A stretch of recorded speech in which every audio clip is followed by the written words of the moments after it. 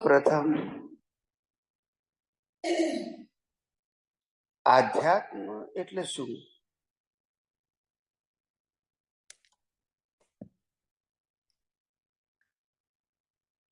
ધર્મ એટલે શું અને સોશિયલ લાઈફ એટલે શું?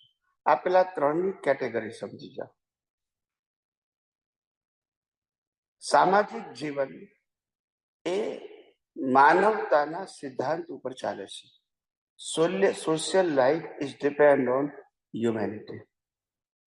આખા વર્લ્ડમાં એક જ વસ્તુ હોય, હ્યુમેનિટી. ભારત વર્ષની પરંપરા છે વસુધૈવ કુટુંબકમ. પૂરું વિશ્વ એ જ અમારું, એવું વિશ્વ છે એ જ અમારું શું છે? ફેમિલી છે.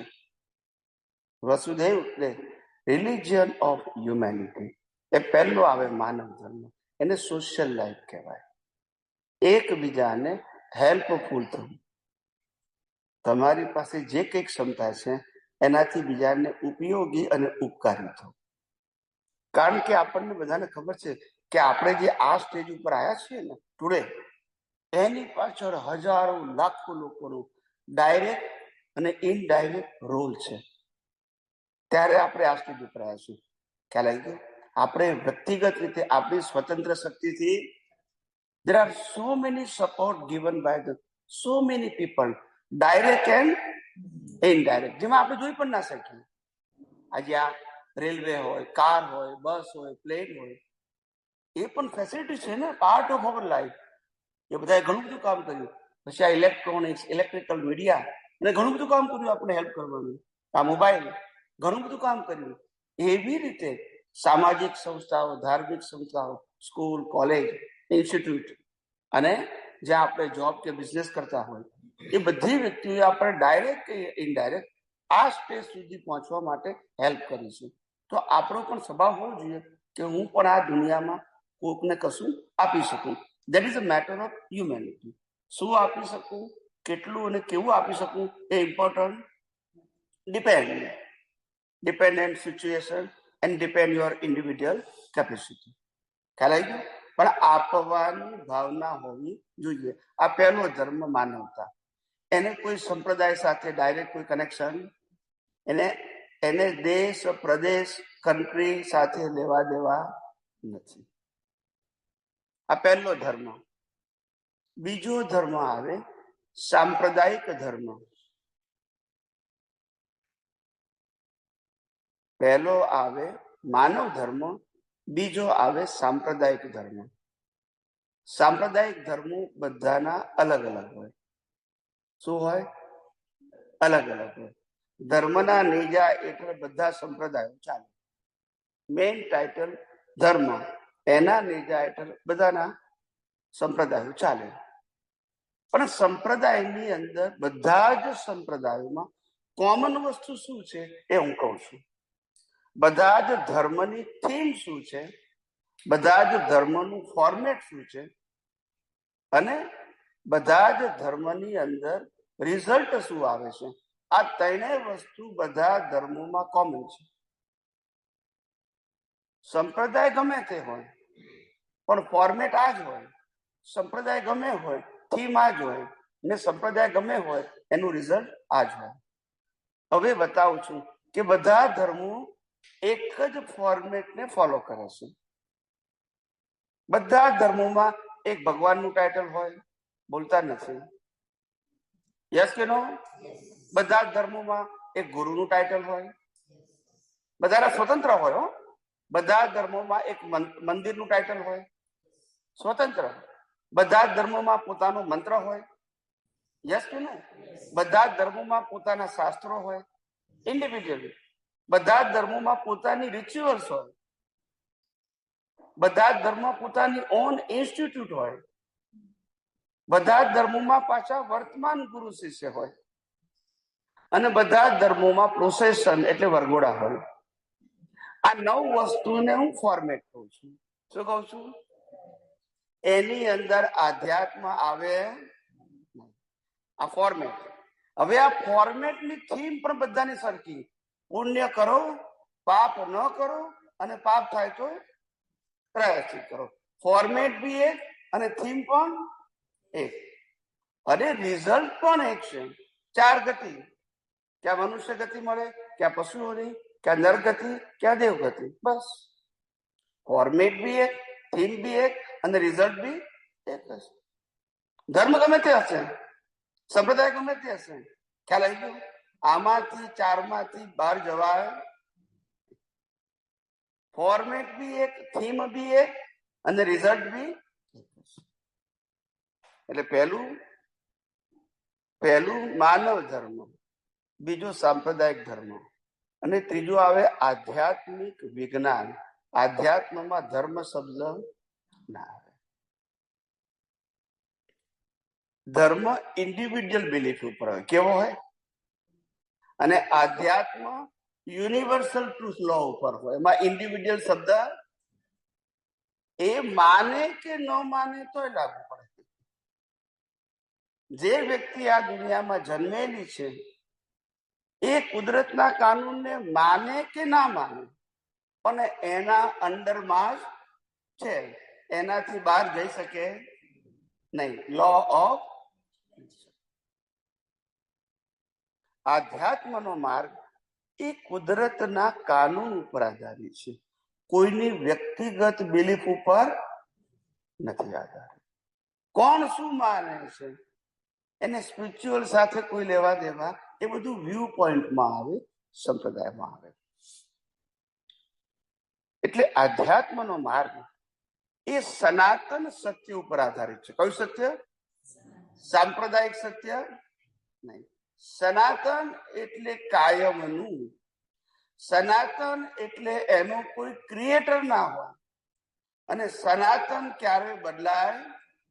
આ 3 વસ્તુ, કે સનાતન કાયમનું હોય, સનાતનનું ક્રિએટર ના હોય, અને સનાતન ક્યારે બદલાય. આ 3 વસ્તુ ધ્યાન રાખવાની સનાતન. એટલે આમાં સંપ્રદાય શબ્દ ના. હવે આ જે સનાતન સત્ય છે એ સનાતન સત્યનો આધાર શું છે? તો કે world is created by 6 eternal elements. આ દુનિયા 6 સનાતન તત્વોથી બની છે. એમાં 2 તત્વ મુખ્ય છે, ચેતન અને જળ. આ 2 તત્વ મુખ્ય છે. ચેતનને આપણે આત્મા કહીએ છીએ, અને જળથી આ બધી જ અવસ્થાઓ બનેલી છે. જે 5 ઇન્દ્રિયોથી અનુભવમાં આવે એ બધી જળ તત્વની અવસ્થા છે. જળ તત્વની અવસ્થા. તત્વ કાયમનું, અવસ્થા ટેમ્પરરી. ખ્યાલ આવ્યો? એટલે પહેલું છે જળ અને ચેતન નામના 2 તત્વો. હવે ચેતનની અવસ્થા ના હોય, એનું અસ્તિત્વ, એનો સ્વભાવ અને એના ગુણ કાયમ ના હોય. એમાં અવસ્થા શબ્દ લાગુ પડતો નથી. હાજરી ખરી પણ અવસ્થા. પણ જળ છે એને અવસ્થા શબ્દ લાગુ પડે. જળની અવસ્થા ની બિગિનિંગ એ હોય અને એન્ડ એ હોય. જળની અવસ્થા પરિવર્તનશીલ હોય, અને જળની અવસ્થાનો સ્વભાવ પણ, ક્વોલિટી પણ ટેમ્પરરી હોય. આ માણસ હસે ખરો, રડે ખરો, એ જળનો સ્વભાવ. જન્મે ખરો, મરે ખરો, સુખી થાય ને દુખી થાય, મેળવે ખરો અને ગુમાવે ખરો. એ બધી અવસ્થા કહેવાય. જળ તત્વની, તત્વ પરમેનન્ટ, અવસ્થા ટેમ્પરરી. હવે આ જળ અને ચેતન 2 તત્વો છે. એમાં જળ તત્વની અવસ્થાને સહાય કરવા માટે 4 તત્વો છે. ગતિ સહાયક, સ્થિતિ સહાયક, ટાઈમ એન્ડ સ્પેસ. કોઈ પણ અવસ્થામાં પહેલું આવે મોશન, એટલે મૂવમેન્ટ. સૂર્ય, ચંદ્ર, તારા, ગ્રહો, નક્ષત્રો, પૂનમ, અમાસ, ભરતી, ઓટ, મનુષ્યો, પક્ષી, પ્રાણી, હવા, આ બધું મૂવ થાય. શું થાય? મૂવ થાય. ગતિ સહાયક થતું. માણસ પણ મૂવ થાય. પ્રાણી પણ મૂવ થાય. એટલે અવસ્થાને પહેલું તત્વ લાગે ગતિ સહાયક, બીજું લાગે સ્થિતિ સહાયક. સ્થિતિ એટલે સ્થિરતા, સ્ટેબિલિટી. આપણે બેઠા છે તો સ્થિતિ સહાયક, ચાલીએ તો ગતિ સહાયક. આ કાર ઊભી છે તો સ્થિતિ સહાયક, ચાલે તો ગતિ સહાયક. એટલે બધી જ અવસ્થાઓને એક કોરિલેટેડ સહાયક છે એ તત્વ. જળ તત્વની અવસ્થા માટે 4 તત્વો સહાયક છે: ગતિ સહાયક, સ્થિતિ સહાયક, પછી ટાઈમ. કોઈ પણ અવસ્થા એના સમયે જ બને અને એના સમયે જ એનો અંત આવે, બિગિનિંગ અને જન્મ પણ ફિક્સ સમયે અને મૃત્યુ પણ ફિક્સ સમયે. જીવનમાં કર્મોના ભોગવટાની અવસ્થાઓ એના સમયે જ આવે અને સમય પૂરો થાય એટલે અવસ્થા પૂરી થઈ જાય. સુખના સંજોગો પણ કાયમ નથી હોતા અને દુઃખના સંજોગો પણ કાયમ નથી હોતા. ખ્યાલ આવ્યો? પણ માણસ છે એની નબળાઈ શું છે? જ્યારે બસમાં બેસે ને 50, 60, 70 પેસેન્જરની બસમાં, અરે ડ્રાઈવર કોણ છે ખબર નથી પણ વિશ્વાસ હોય એને, બોલતા નથી. યસ કે નો? ટ્રેનમાં બેસે, ભલે 2000 માણસ બેઠા છે, કોણ ચલાવે છે ખબર નહીં પણ વિશ્વાસ છે પહોંચાડશે. ખ્યાલ આવ્યો? અને પ્લેનમાં બેસે તો પાયલોટ પર વિશ્વાસ, ભલે કોણ છે ખબર. ખ્યાલ આવ્યો? પણ આ દુનિયા કુદરતની છે, આ શરીર કુદરતનું છે, પણ કુદરત ઉપર વિશ્વાસ બોલતા નથી. આ શરીરને ચલાવે છે કુદરત, ધીમે ધીમે સમજાઈશ તમને, પણ વિશ્વાસ નથી. એટલે સમય તત્વ. આટલા વાગે સૂર્યાસ્ત થાય, આટલા વાગે સૂર્યોદય થાય, ફિક્સ. આટલા આ જ દિવસે પૂનમ થાય, આ જ દિવસે અમાસ થાય, ફિક્સ. ભરતી ઓટ પણ ફિક્સ, સૂર્યગ્રહણ ચંદ્રગ્રહણ પણ, આપણું જન્મ જીવન મૃત્યુ પણ ફિક્સ. આપણે જાણતા નથી પણ છે fix. It's a program of your previous birth cause. ખ્યાલ આવે? એટલે સમય તત્વ. અને છેલ્લું તત્વ આવે સ્પેસ, જેમાં આ બધી એક્ટિવિટીઝ થયા કરે છે. આ બ્રહ્માંડ 6 તત્વથી બન્યું છે અને એ ચાલે છે કઈ રીતે? તત્વ તો કાયમ ના છે, પણ વર્ક કઈ રીતે કરે છે, એક્ટ કઈ રીતે કરે છે? With help of law of nature. કુદરતના કાનૂનથી કામ કરે છે, કોઈની મરજીથી નહીં. દરેક તત્વ કુદરતના કાનૂનથી કામ કરે છે, મરજીથી નહીં. કાનૂન એટલે સવારે સૂર્યોદય આટલા વાગે જ થાય, આટલા વાગે જ અસ્ત થાય, ફિક્સ. એ કાનૂન કોનો? આ જ દિવસે પૂનમ કહેવાય, આ જ દિવસે અમાસ કહેવાય, કાનૂન કોનો? ગવર્મેન્ટનો. આ જ તારીખે સૂર્યગ્રહણ થાય, આ જ તારીખે ચંદ્રગ્રહણ થાય, કાનૂન કોનો? કુદરતનો. આ સુનામી આવે છે, કોનો કાનૂન? કુદરતનો. અર્થક્વેક થાય, કોનો કાનૂન? આ હમણાં કોવિડ, કોનો કાનૂન? ગવર્મેન્ટનો? કુદરતનો. દરિયામાં ભરતી ઓટ આવે, કુદરતનો કાનૂન. માણસના જન્મ જીવન મૃત્યુ નક્કી થાય. Who decided your life? Who decided your parents when you born in this world? Who decided your parents? Nobody knows. Law of nature decided as per your previous birth cause. Nothing random. એટલે પહેલું આવે કુદરત એટલે 6 તત્વો, બીજું આવે કુદરતનો કાનૂન. એ કાનૂનથી બનેલી અવસ્થા એને કુદરતી રચના કહેવાય, કે જે આપણે જોઈ શકીએ છીએ. તત્વ અને કાનૂન જોઈ શકીએ નહીં અત્યારે, પણ અવસ્થા જોઈ શકીએ. તત્વ અને કાનૂન સમજી શકીએ અને અવસ્થા જોઈ શકીએ. કોઈ પણ અવસ્થા કુદરત અને કુદરતી કાનૂનથી બનેલી છે અને માટે કુદરતી રચના છે. અને કુદરતી રચનામાં કોઈ પણ જવાબદાર એવી રીતે આપણું જે આ શરીર છે એ પણ 6 તત્વોનું બનેલું છે.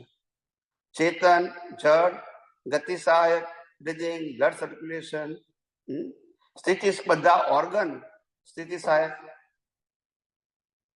પછી દરેકની લાઈફ છે, આંખ, કાન, નાક, દાંત, બધાની લાઈફ ધીમે ધીમે રિટાયર થવા માંડે.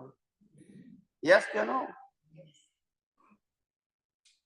કાળામાંથી ધોળા થઈ જાય, આંખે મોતિયું આવે, કાને સંભળાય નહીં, ખ્યાલ આવે, દાંત હાલે નહીં, પગ ઢીલા પડી ગયા હોય, જોઈન્ટ્સ બધા. વે ટુ એક્સપાયર્ડ કહેવાય. શું કહેવાય? વે ટુ ધીરે ધીરે. ખ્યાલ આવ્યો? એનો સ્વભાવ જ છે. દરેકનું લાઈફ છે. શું છે? સમય. અને આપણે કર્મના ભોગવટા આવે છે એ પણ સમય તત્વને આધારે. એની બિગિનિંગ અને એન્ડ કયા આધારે છે? સમય તત્વના આધારે. જેટલું સફરિંગ છે એટલા ટાઈમ રહેશે. તમારે રાખવાથી નહીં રહે અને ધક્કો મારવાથી જશે નહીં. એનું જે લાઈફ લાયા છે સફરિંગનું, એ કુદરત જ પૂરું કરાવશે. અને પૂરું કરવા માટે શક્તિ પણ કોણ આપશે? કુદરત આપશે. એટલે આ દુનિયા જેમ 6 તત્વોની બની છે એમ શરીર પણ 6 તત્વોનું બન્યું છે. દુનિયા જેમ કુદરતના કાનૂન ચાલે છે એમાં મન, વચન, કાયા પણ કુદરતના કાનૂનથી ચાલે છે. દુનિયાની આ દેખીતી અવસ્થાઓ કુદરતી રચના છે, એમ મન, વચન, કાયાની અવસ્થા પણ કુદરતી રચના છે. પિંડેશો બ્રહ્માંડે અને બ્રહ્માંડેશો પિંડે. બ્રહ્માંડ અને પિંડમાં તત્વ રૂપે કોઈ અંતર નથી. એક જ તત્વ. જે તત્વથી બ્રહ્માંડ બન્યું છે એ તત્વથી પિંડ બન્યું છે. જે કાનૂન બ્રહ્માંડને લાગુ પડે એ જ કાનૂન મન, વચન, કાયાની અવસ્થાને લાગુ પડે. આ દેખીતી બધી અવસ્થાઓ કુદરતી રચના છે, એમ મન, વચન, કાયાની અવસ્થા પણ કુદરતી રચના છે.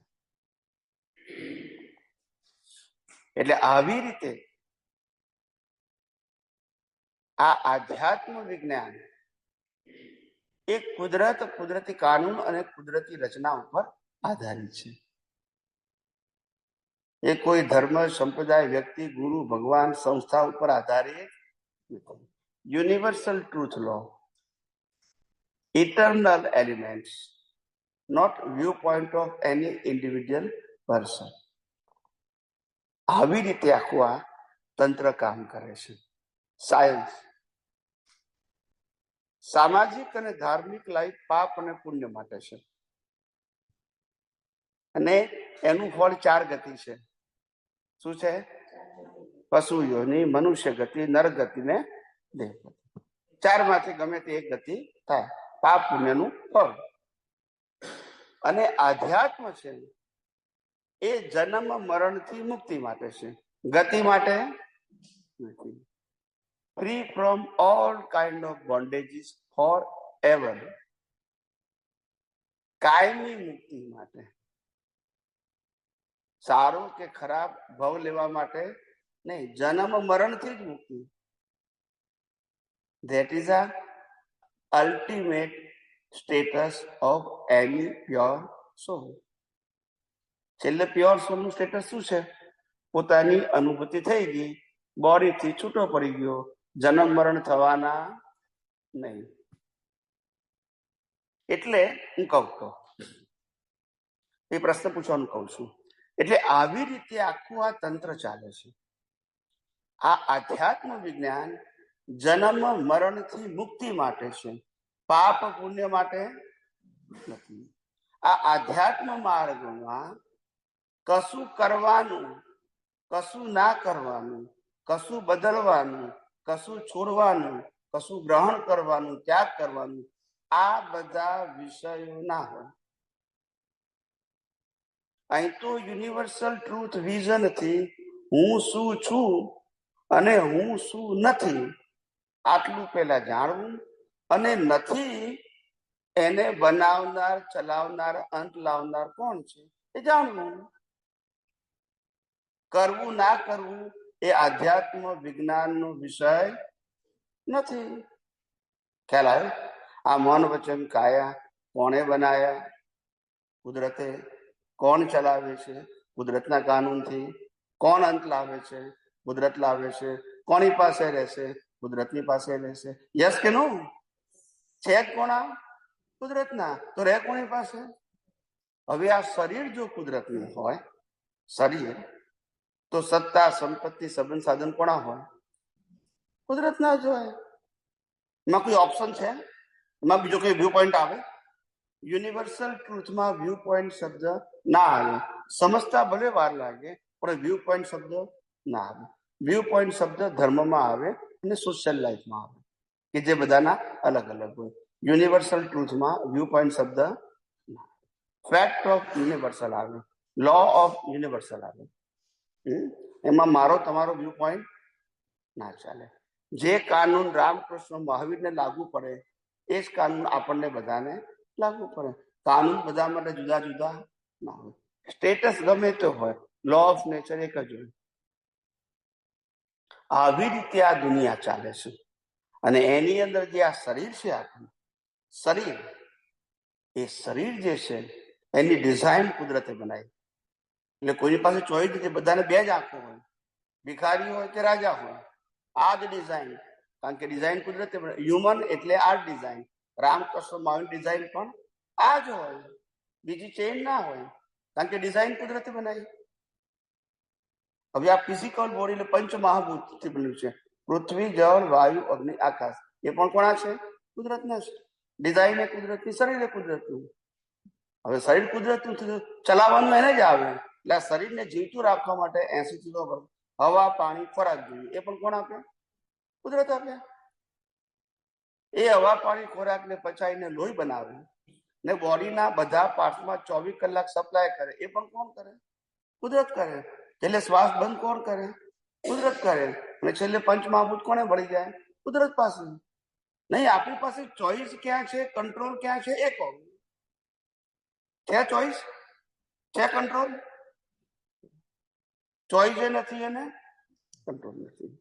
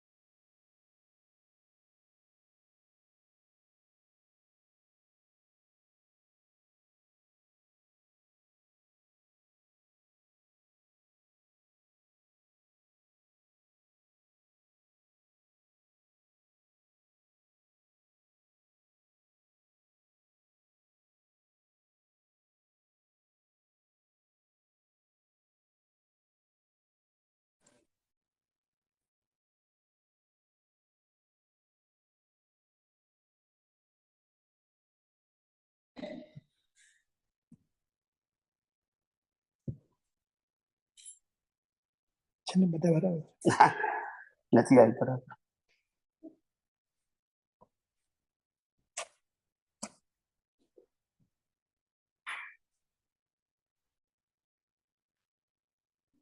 ગેલેરી જતું જશે. સ્પીકર મોડ આવે ને પછી આપણું પિક્ચર આવે. વેન્ટિલેશન નથી ને એટલે. હા, આપણે કેટલે વાત પહોંચી હતી? બોલો. હે? આપણી પાસે કંટ્રોલ નથી, કુદરત પાસે કંટ્રોલ છે. એટલે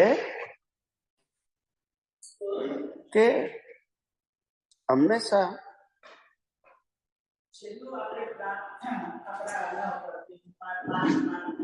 હા, એટલે શરીરની ડિઝાઇન કુદરતે બનાવી. આ શરીર પંચ મહાભૂતનું કુદરતનું છે. પૃથ્વી, જળ, વાયુ, અગ્નિ, આકાશ. એ શરીરને જીવતું રાખવા માટે હવા, પાણી, ખોરાક કુદરત આપે છે. એને પચાવીને લોહી બનાવી ને 24 કલાક આખા બોડીમાં સપ્લાય કરવાનું કામ કુદરત કરે છે. છેલ્લે શ્વાસ બંધ પણ કુદરત કરે છે ને છેલ્લે પંચમહાભૂત કુદરતમાં ભળી જાય છે. હવે જો શરીર કુદરતનું હોય તો સત્તા, સંપત્તિ, સંબંધ, સાધન કોના હોય? કુદરતના જ હોય. યસ કે નો? માટે માણસ જન્મે તે મરે ત્યાં સુધી ચોઈસ નથી. જન્મે તે મરે ત્યાં સુધી. જન્મે એટલે મા બાપ નક્કી કરવાના નહીં, ભાઈ બહેન નક્કી કરવાના. ખ્યાલ આવે? ફાધર મધર જે કે એ આપણા ભાઈ બહેન, આપણી ચોઈસ જો બોલતા નથી. રહેવાનું ઘર જે મળે ચોઈસ, જન્મતાની સાથે જે કુળ ધર્મ મળે ચોઈસ, ગામ જે મળે ચોઈસ, પડોશી જે મળે ચોઈસ, કાકા મામા ફૈબા ફુવા ચોઈસ. ખરી? અરે ટ્રેજેડી તો ત્યારે આવે છે કે નામમાં ચોઈસ નથી. આપણા જે પાડે એ જ સ્વીકારવાનું. બોલતા નથી. યસ કે નો? લોકો કહેશે હું મારી મરજીથી જીવું છું, મારી ચોઈસ થી જીવું છું, મારા થિંકિંગ થી જીવું છું. તો આમાં થિંકિંગ ક્યાં ગયું તમારું? બોલો. આ બધું થિંકિંગ થી મળે છે? વિચાર કરો. આ સ્થૂળ વસ્તુ કીધી. હવે સૂક્ષ્મ વસ્તુ, મન વચન કાયા. વિચાર આપણા હાથમાં છે. આપણા હાથમાં એટલે સ્વિચ ઓન અને ઓફ, એને હાથમાં પૂછવું. ઇફ એન્ડ બટ ના જોઈએ. ખ્યાલ આવે? જયારે ધારીએ ત્યારે વિચાર બંધ કરી શકીએ? ના કરી શકીએ. જયારે ધારીએ ત્યારે ચાલુ કરી શકીએ? ના કરી શકીએ. સારા જ કરીએ અને ખરાબ ના કરી શકીએ. ચોઈસ છે. માટે વિચાર ઉપર આપણો કંટ્રોલ નથી. પેલા સ્થૂળ કીધું, હવે સૂક્ષ્મ. વિચાર ઉપર નથી, વાણી ઉપર ખરો. આપણી વાણી સંજોગાધીન છે કે મરજીને આધીન? બસ સંજોગ કુદરત આપે છે. તમારી પાસે ચોઈસ ક્યાં છે? ક્યારે શું બોલવું? ખ્યાલ આવ્યો? જેવો સંજોગ એવી વાણી. યસ કે નો? આપણી ચોઈસ નથી કે ક્યારે શું બોલવું. સંજોગ પ્રમાણે તમારી વાણી નીકળશે. મિત્ર પાસે જુદી નીકળે, દુશ્મન પાસે જુદી નીકળે. યસ કે નો? મધર આગળ જુદી નીકળે, વાઈફ આગળ જુદી નીકળે. યસ કે નો? આવું એટલે વાણી સંજોગાધીન, એમ વર્તન પણ સંજોગાધીન. માટે મન વચન કાયાની અવસ્થા માત્ર કુદરતી રચના, આપણા હાથમાં નથી. અને છે પણ કોનું? કુદરતનું છે. માટે સત્તા કાનૂન પણ એનો જ ચાલે છે. જ એનું માલિકનું તો પછી કંટ્રોલ એનો જ હોય ને. અને બીજું, આપણને નાની ઉંમરથી શીખવાડ્યું છે કે ક્રિયાથી કર્મ બંધાય છે. શું શીખવાડ્યું? ક્રિયાથી. સામાજિક ક્રિયા, ધાર્મિક ક્રિયાથી કર્મ બંધાય છે. આ જ ભ્રાંતિ છે. કર્મ ક્રિયાથી ના બંધાય, ભાવથી બંધાય. ક્રિયા એ પોતે જ કર્મ ફળ છે. એટલે રામને રામાયણ કરવી પડે અને કૃષ્ણ ભગવાનને મહાભારત કરવું પડે. ચોઈસ નથી. અહિંસામાં માનતા હોય તો હિંસા કરવી પડે. ખ્યાલ આવ્યો? કારણ કે મન વચન કાયામાં ચોઈસ નથી. Our whole life is totally programmed of our previous birth cause, and each and every circumstances are decided as per our previous birth cause. So we have no choice for beginning and end. Each and every karma, they have a life, individual life and total life. Total life is your birth and death, and individual life is your individual good and bad karma. પણ મહાનતા એ છે માણસની કે જે વ્યક્તિઓને કુદરત ઉપર વિશ્વાસ છે એ ખરાબ અને સારા સંજોગોને એટલા માટે પચાવી શકે છે કારણ કે એને ખબર છે કે કુદરત હિસાબ પૂરો કરાવે છે, માટે સારું થવાનું છે. સમજાય છે? આપણે લોનનું પેમેન્ટ કરીએ તો આપણને આનંદ થાય કે દુઃખ થાય? હે? હા, એમ નબળા સંજોગો એ લોન છે, બોલતા નથી. એ લોન નું પેમેન્ટ થાય તો ખુશ થવાનું, એટલી લોન ની રીપે ઓછી કરવી પડશે. યસ કે નો? હા, સમજવું પડે. અને શક્તિ પાછા કુદરત જ આપશે. લોન ના પેમેન્ટ ને કોણ આપશે? કુદરત. બધી શક્તિ કુદરત આપે. આ શરીરને તમામ પ્રકારની શક્તિ, સંજોગો અને સાધનો કુદરત જ આપે કર્મના ફળ ભોગવવા માટે. સમજાયું? હા, બધું જ કુદરત આપે. જન્મો તારે બધું જ કુદરત આપે છે. યસ કે નો? જીવનમાં બધું જ કુદરત આપે. આપણે માનીએ કે યંગ છોકરાઓ અત્યારે માને છે, છોકરા છોકરીઓ, કે અમે ચોઈસ થી લગ્ન કરીએ છીએ. શું કે છે? એ માને છે. કોઈનું લગ્ન ચોઈસ થી ના થાય, હિસાબથી જ થાય. વગર હિસાબે ભેગા થાય પતિ પત્ની તરીકે? ખ્યાલ આવે? પણ કશું આ દુનિયામાં કોઈની પાસે ચોઈસ નહીં. આ ટ્રમ્પ પાસે ચોઈસ છે? જો બોલતા નથી. છે ચોઈસ કોઈની પાસે? ને ટ્રમ્પ પાસે છે? પ્રેસિડેન્ટ છે તોય છે? નથી.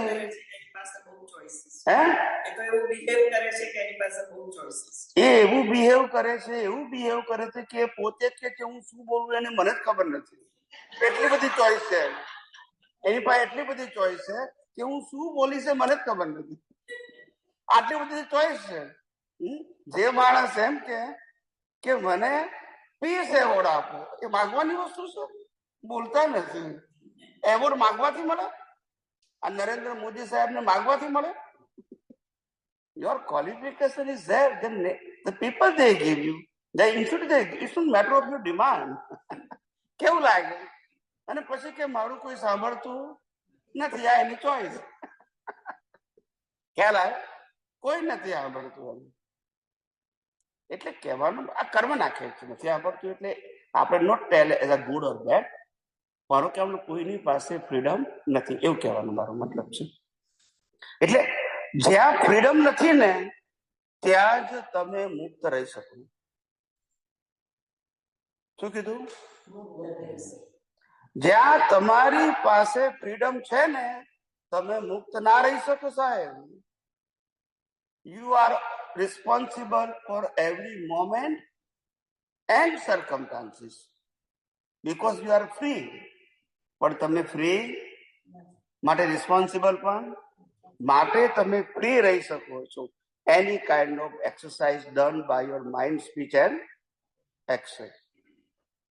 ખ્યાલ આવે? કારણ કે તમે એના કંટ્રોલર નથી, માટે ફ્રી રહી શકો છો. મન વચન કાયા પણ તમારા નથી, એને ચલાવનારા પણ તમે નથી, માટે તમે એનાથી જુદા રહી શકો છો. માટે કીધું કે મન વચન કાયાની અવસ્થા માત્ર કુદરતી રચના છે. બધા જ મન વચન કાયા. ખ્યાલ આવે? એટલે કર્મ ભાવથી બંધાય છે, ક્રિયાથી. ક્રિયા ઇટ સેલ્ફ કર્મ ફળ છે અને ભાવ એ કર્મ છે જેનું ફળ નેક્સ્ટ બર્થમાં આવશે. ભાવ ઇનવિઝિબલ છે, ક્રિયા વિઝિબલ અને ફિઝિબલ છે. ભાવ વિઝિબલ અને ફિઝિબલ નથી. આ લાઈન ઓફ ડિમાર્કેશન સમજો.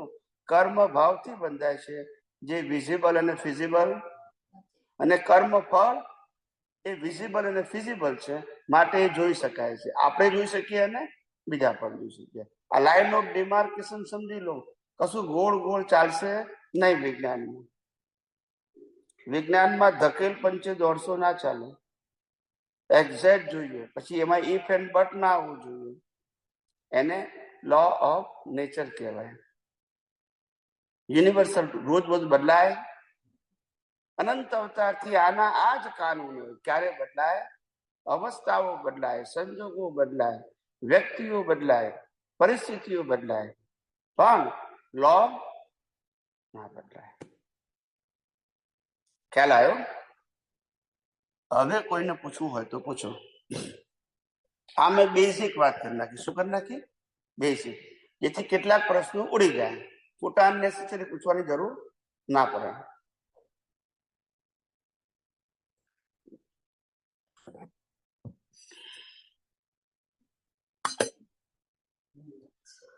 હવે પૂછો, જેને જે પૂછવું હોય બધાને પૂછો.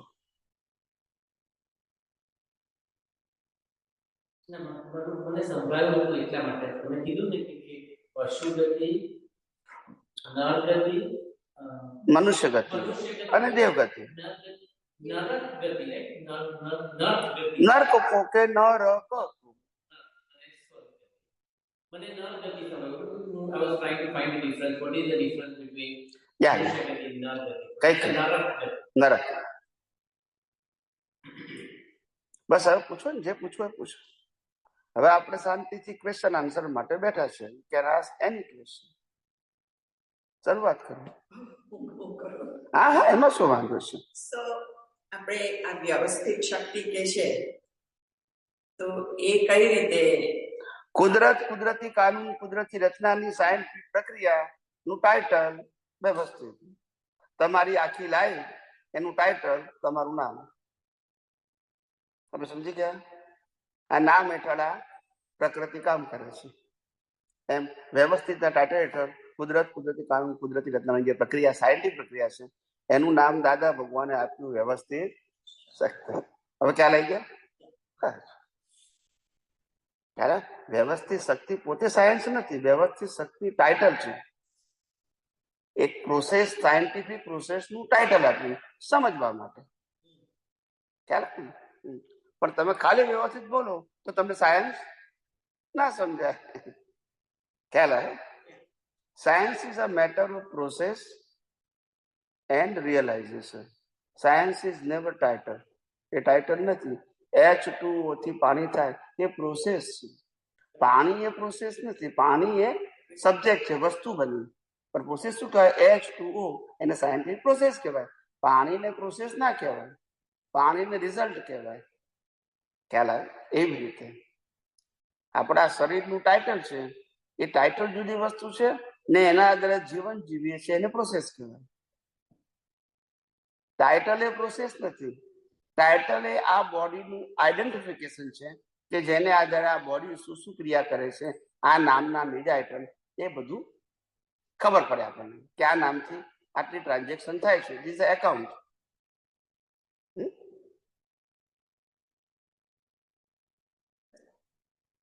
બીજું શું પૂછવું છે? બસ એક જ પ્રશ્ન. પહેલા 3 પ્રશ્નો ફ્રી છે, પછી 4 લેવાશે. હા, સવાલ થાય છે કે આત્મા સંકોચ વિકાસ સ્વભાવનો છે, તેના પર સંકોચ વિકાસ એટલે શું છે? It is not matter of size. પહેલા પ્રિન્સિપલ સમજો, પછી આન્સર આપું. આત્માને રૂપ, રસ, ગંધ, સ્પર્શ, આકાર નથી. પહેલા પ્રિન્સિપલ સમજો. આત્માને રૂપ, રસ, ગંધ, સ્પર્શ, આકાર નથી. હવે સંકોચ વિકાસનો જે સ્વભાવ છે, એ સ્વભાવ છે ના માટે કીધું? જે તે અવસ્થામાં એ ભળી જાય. કીડીમાં આત્મા છે અને હાથીમાં આત્મા છે. સાઈઝ નાની મોટી નથી, રેડિયસ જે પ્રકાશની છે એ નાની મોટી થાય છે. હવે ખ્યાલ આવી ગયો? 1000 વોલ્ટનો બલ્બ છે, એનલાઇટન છે અને આખા રૂમને પ્રકાશ આપે છે. હવે એના ઉપર મેં માટલું રાખ્યું તો શું થાય? પણ એના પ્રકાશ, એની શક્તિમાં શું ફેર પડે? પણ એની શક્તિ કેટલી થઈ ગઈ? માટલા જેટલી. પણ એ માટલા જેટલી શક્તિ એની છે નહીં, પણ એ આવરણ છે. તેથી એની શક્તિમાં કોઈ ફેરફાર, પણ એનો પ્રકાશ ફેંકવાની જે ક્ષમતા છે એ આવરી ગઈ. હવે કોઈ એક કામ કરે તો પછી એટલી બહાર નીકળે, 2 કામ કરે તો 10 નીકળે, આખું ફોડી નાખો તો પાછી રૂપમાં આવી જાય. એ રીતે સંકોચ વિકાસ. કીડીમાં આવી જાય આત્મા અને હાથીમાં એ જ આત્મા.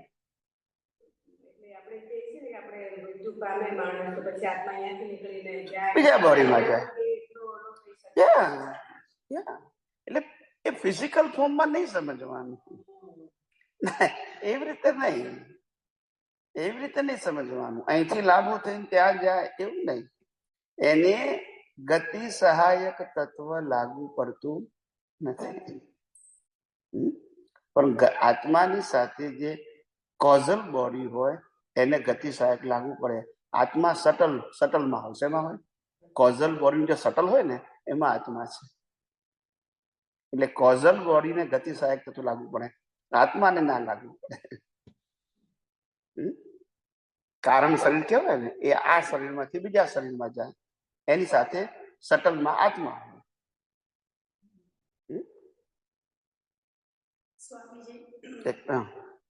બધું કુદરત કરે છે ને આપણે એ પ્રમાણે ફોલો કરવું પડે છે. Because we don't have any kind of સે. તો પછી આપણે બાકી આ જન્મમાં જે બી કરી રહ્યા છે બધું ડિસ્ચાર્જ છે. તો પછી પુરુષાર્થ ક્યાં કરવાનો આપણે અને કેવી રીતે કરવાનો? આપણે વાત તો કરી, નવા કર્મો ભાવથી બંધાય છે જે વિઝિબલ ફિઝિબલ નથી. You create the new cause for the next life through your today intention in discharge circumstances. ખ્યાલ આવી ગયો? That's it. અત્યારે મારા સંજોગ આવ્યા, એમાં અંદર તમે what is your intention? They create the cause. Action is never created. Thought, speech and action is discharge.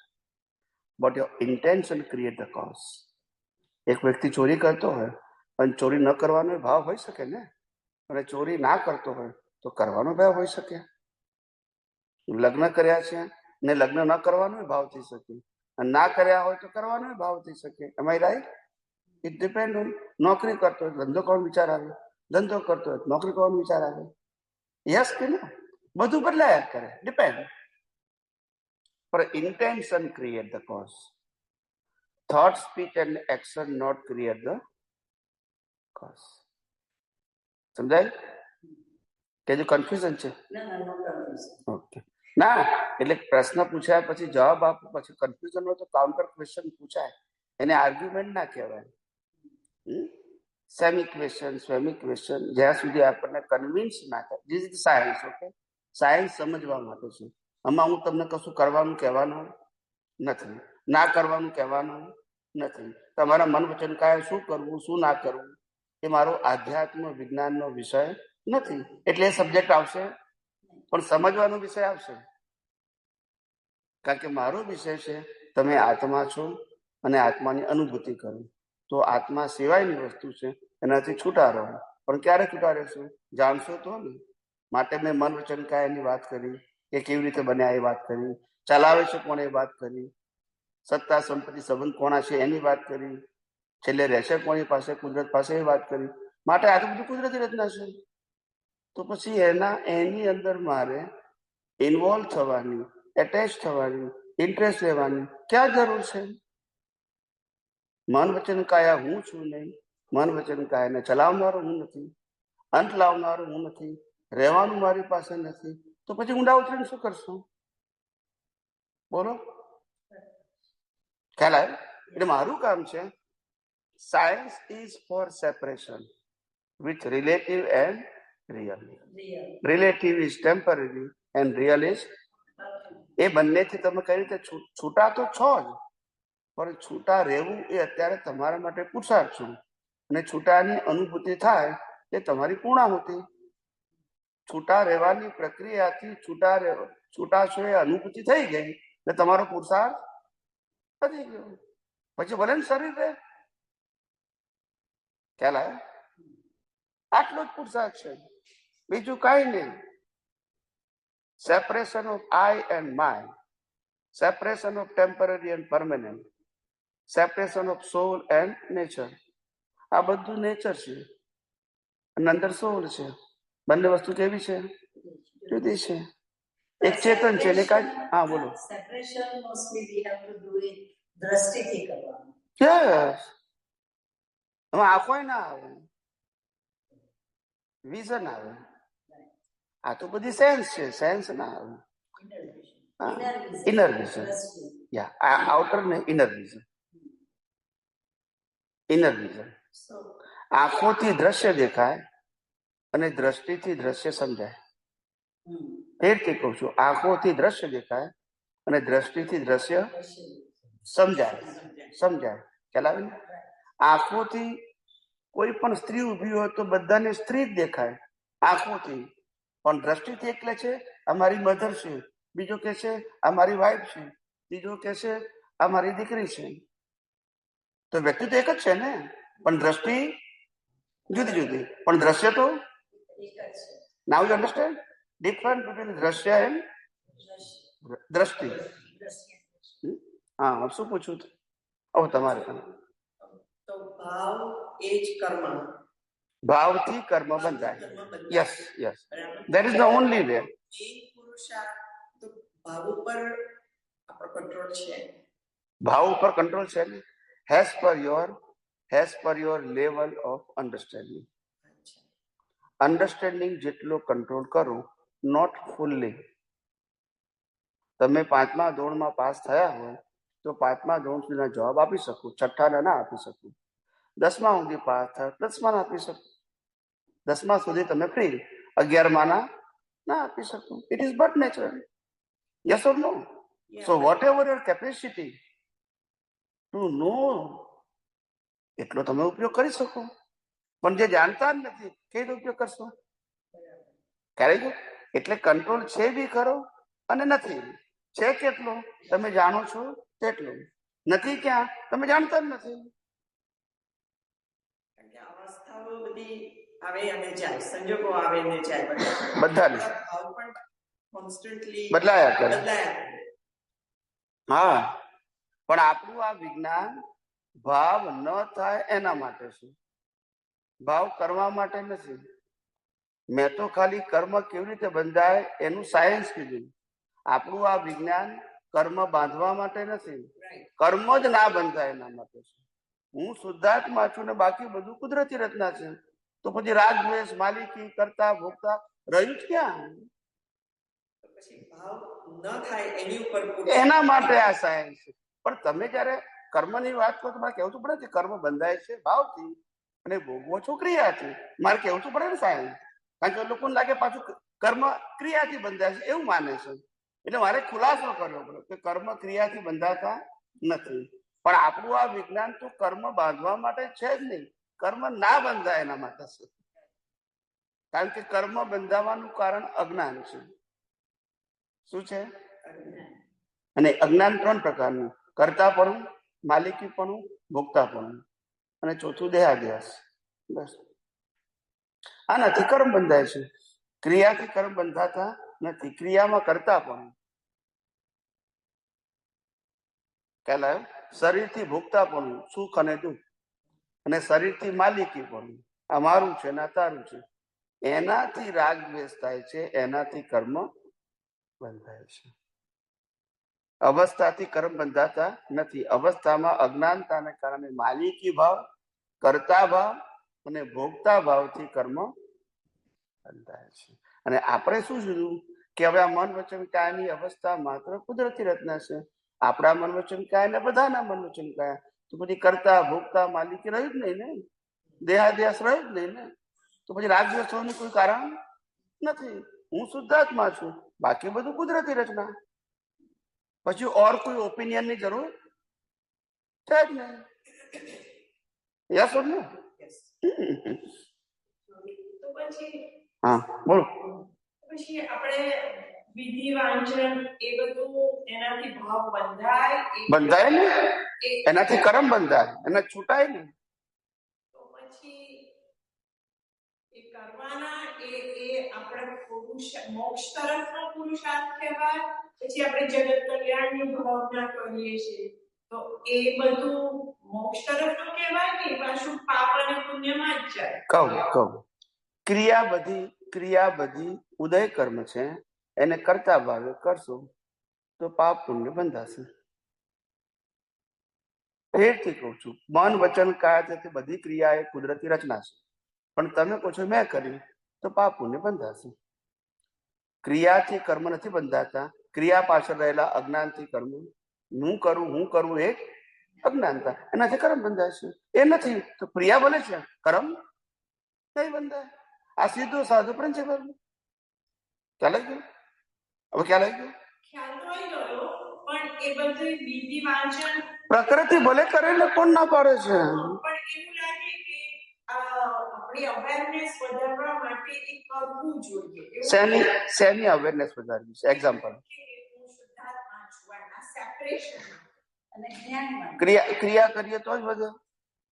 ના એવું નથી, પણ આ તો કારણ કે રોજે તો આપણે આપણી બધી રોજની ક્રિયાઓમાં બિઝી થઈ જઈએ એટલે યુ કેન કેરી ઓન.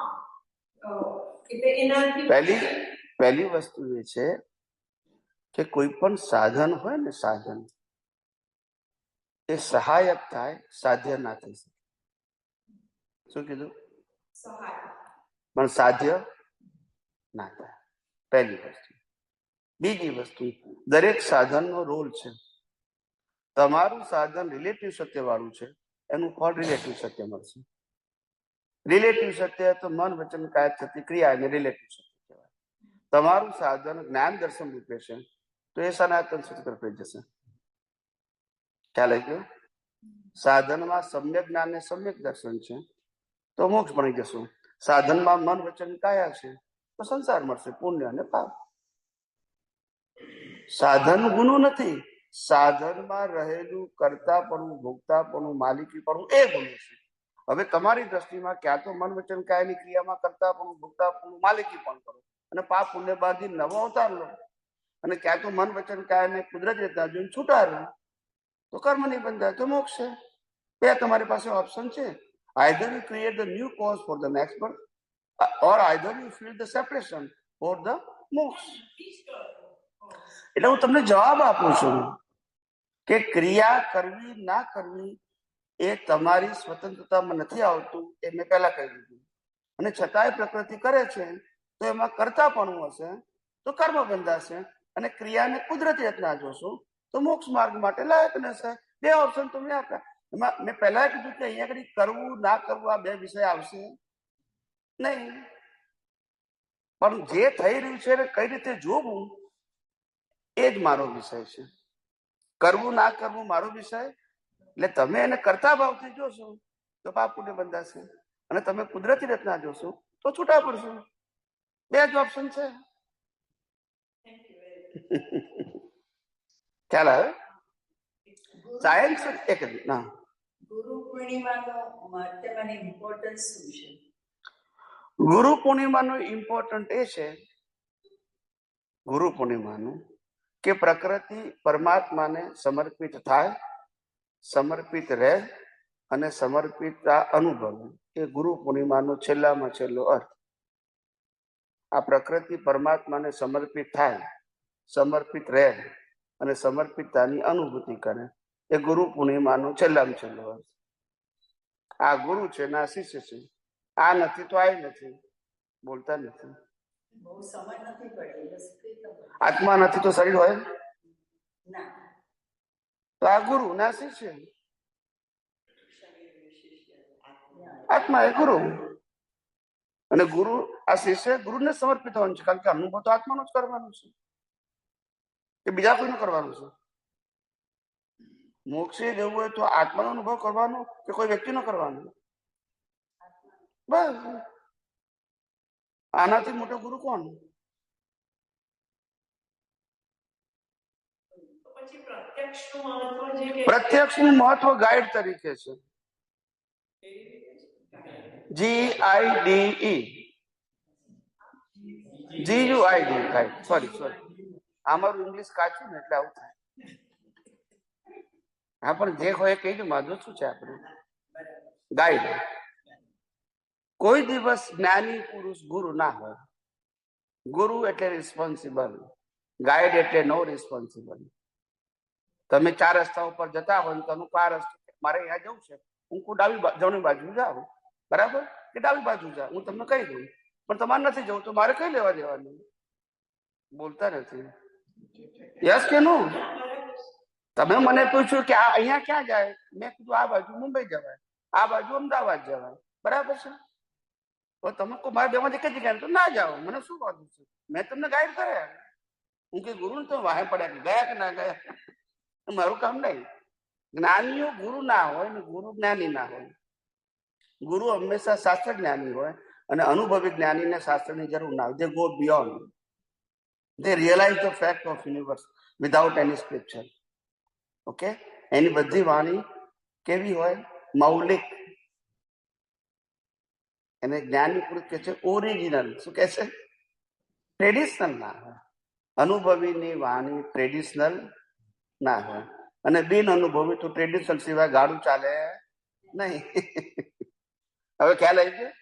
અમે અહીંયા આવીશું અત્યારે તો કેટલા સત્સંગ મેં તમારા પહેલા સાંભળ્યા હતા, પણ હું ગઈકાલે ને આજે આવી તો એમાં લાઈક ઘણું બધું ઉગાડ પડે ને બરાબર. બિલીફ આખી બદલાઈ. પછી તો આઈ નો કે જ્ઞાની પુરુષ તમે ગુરુ નથી, પણ એ તમને ફેર પડ્યો ને એ પ્રત્યક્ષ ને પરોક્ષ નો પડ્યો. શેનો પડ્યો? હા, સ્ટેડિયમમાં મેચ જોઈએ ને ઘેર જોઈએ એમ ફેર ને. જો બોલતા નથી ખ્યાલ આવે? લગ્ન કરીએ અને 10 રૂપિયા લગ્નની કેસેટ જોઈએ, બે હરખું થાય? જો બોલતા નથી. હવે ખ્યાલ આવી ગયો પ્રત્યક્ષ પરોક્ષ નું ફેર? પાકું? આપણને દરેક વસ્તુનું ગેટ નથી પડ્યું. શબ્દો છે આપણી પાસે પણ એનો મર્મ નથી, એટલે આ બધું પઝલ થાય છે. અમે પ્રત્યક્ષ કહેવાઈએ, અનુભવી કહેવાઈએ. ખ્યાલ છે? પરોક્ષ થી સબસ્ટિટ્યુટ લાભ મળે, સેકન્ડરી. પરોક્ષ તો ડાયરેક્ટ જ મળે ને. પરોક્ષ ઇઝ એન્વાયરમેન્ટ. સોરી, પ્રત્યક્ષ ઇઝ એન્વાયરમેન્ટ. પરોક્ષ ઇઝ નોટ એન્વાયરમેન્ટ. જ્ઞાન is there but no environment. ખ્યાલ આવે? હે? હોય જ ને. તમે 6 મહિનાથી નક્કી કર્યું હોય કે મારે યોગા કરવા છે પણ થાય. પણ જો હમણાં પડોશીમાં કોઈ યોગા કરે ને તરત થઈ જાય. પ્રત્યક્ષ નો ફાયદો. યસ કે નો? એટલે દરેક બાબતમાં એવું નહીં, કઈ ની વાત કરું છું. પ્રત્યક્ષ નો તો બેનિફિટ હોય, કારણ કે પ્રત્યક્ષ લાઈવ છે ને. પરોક્ષ લાઈવ નથી. પરોક્ષ પાસે મેસેજ છે, ઇન્ફોર્મેશન છે, નોલેજ છે, પણ એન્વાયરમેન્ટ નથી. માટે પ્રત્યક્ષની કિંમત. પ્રત્યક્ષ પાસે અનુભવ છે ને, એનું એન્વાયરમેન્ટ હોય. ખ્યાલ આવે? હા, એટલે પ્રત્યક્ષની બહુ મોટી કિંમત છે. પણ એ તો બધાના પુણ્ય ના હોય ને કેવું પ્રત્યક્ષ ભેગું થાય. પહેલું અનુભવી ભેગો થાય જ નહીં. આ કાળમાં અનુભવી પુરુષ હોવો એ દુષ્કર છે. શું કીધું? બધા પાસે ટ્રેડિશનલ ટોક હોય અને બુક સ્ટોક હોય. There is no option at all. સમજાય છે? એ લોકો પાસે કોઈ ઓપ્શન. પોતાના અનુભવની સ્વતંત્ર વાણી બોલવી એ આ કાળમાં અપવાદ હોય. અપવાદ ખ્યાલ આવ્યો? એક્સેપ્શનલ. ખ્યાલ આવે? એ હોય જ નહીં. હું આ બધી વાત ચોપડીઓમાં ના આવે. ખ્યાલ આવે? પણ તમારા હૃદયની સ્વસર્ગી ઉતરી જાય. કારણ કે આ વાણી એવી સરળ હોય અને એવી સૈદ્ધાંતિક હોય કે તમારા વિકલ્પો સમી જાય. વિકલ્પ ઉભા ના થાય. પણ બૌદ્ધિક વાણી હોય ને તો વિકલ્પો શું થાય? ઉભા થયા કરે. હવે આમ કેમ હશે, આમ કેમ હશે? જયારે હું કહું ને એટલે શું થાય? વિકલ્પો સમી જાય, બેસી જાય. વિકલ્પ ઉભા જ ના થાય. કારણ કે આ વિજ્ઞાન જ નિર્વિકલ્પી છે. કેવું છે? ધર્મ અને સોશિયલ લાઈફ નિર્વિકલ્પી ના હોય, વિકલ્પી જ હોય. So many option. આધ્યાત્મમાં વિકલ્પ ના હોય, યુનિવર્સલ ટ્રુથ હોય. સમજતા વાર લાગે પણ વિકલ્પ આય બરાબર ને આય બરાબર એવું એમાં ના હોય. લાઈન ઓફ, દરેક વસ્તુમાં લાઈન ઓફ ડિમાર્કેશન હોય. ખ્યાલ આવે? ગોળ ગોળ ના હોય. યસ. પછી અહીંયાથી ઇન કેસ બધું એ થાય તો મહાવીરે તો જન્મ લેવો જ પડે કે અહીંયાથી મોક્ષ થાય? અહીંથી ના મોક્ષ થાય. જ્યાં મોક્ષ મળવા માટેના સંજોગો હોય ત્યાં કુદરત આપણને લઈ જાય. આપણે ક્વોલિફાઈડ હોઈએ તો બસ. આપણે નરક ગતિ માટે ક્વોલિફાઈડ હોય તો નરક ગતિના એડ્રેસની જરૂર નહીં. બસ જો બોલતા નથી પણ એમને પૂછ્યું તો મારે સિદ્ધાર્થમાં સમજાવવું તો પડે ને.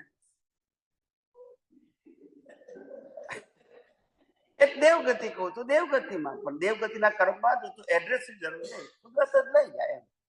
તમે જેના માટે ક્વોલિફાઈડ છો તો nature will give you the circumstances as per your qualification. That's it.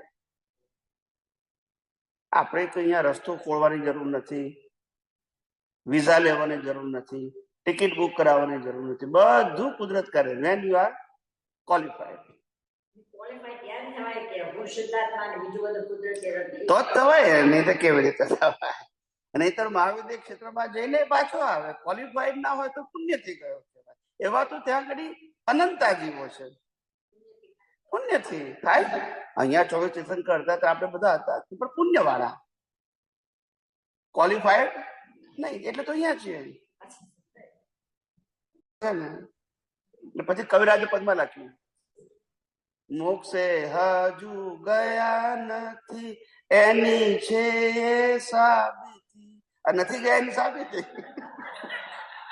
કવિરાજ નું પદ છે એવું. નથી ગયા એની સાબિતી તો ગયા છતાં પણ નહીં મળે.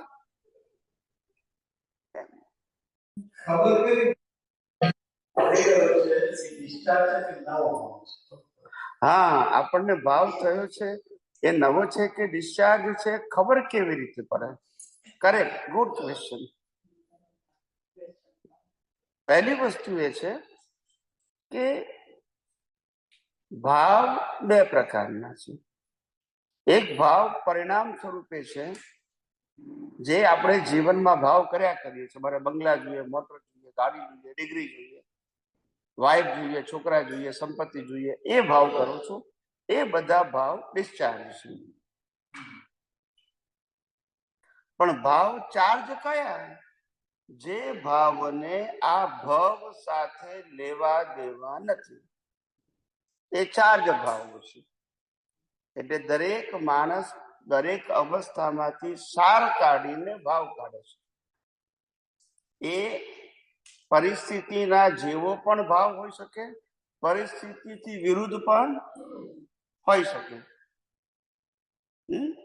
પણ એ ભાવ અત્યારે લાઈવ છે છતાં લાઈવ લાગશે નહીં, અને પેલું ડિસ્ચાર્જ છે છતાં લાઈવ લાગશે, કારણ કે દેખાય છે. ખ્યાલ આવ્યો?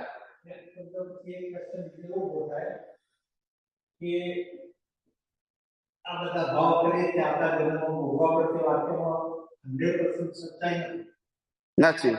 એટલે શું પણ નથી? એટલે એ કહેવાનું છે કે ઘણા પછી આ ભાવમાં લગતા ભાવ થયા ને ત્યાં ભાવમાં પતી ગયા.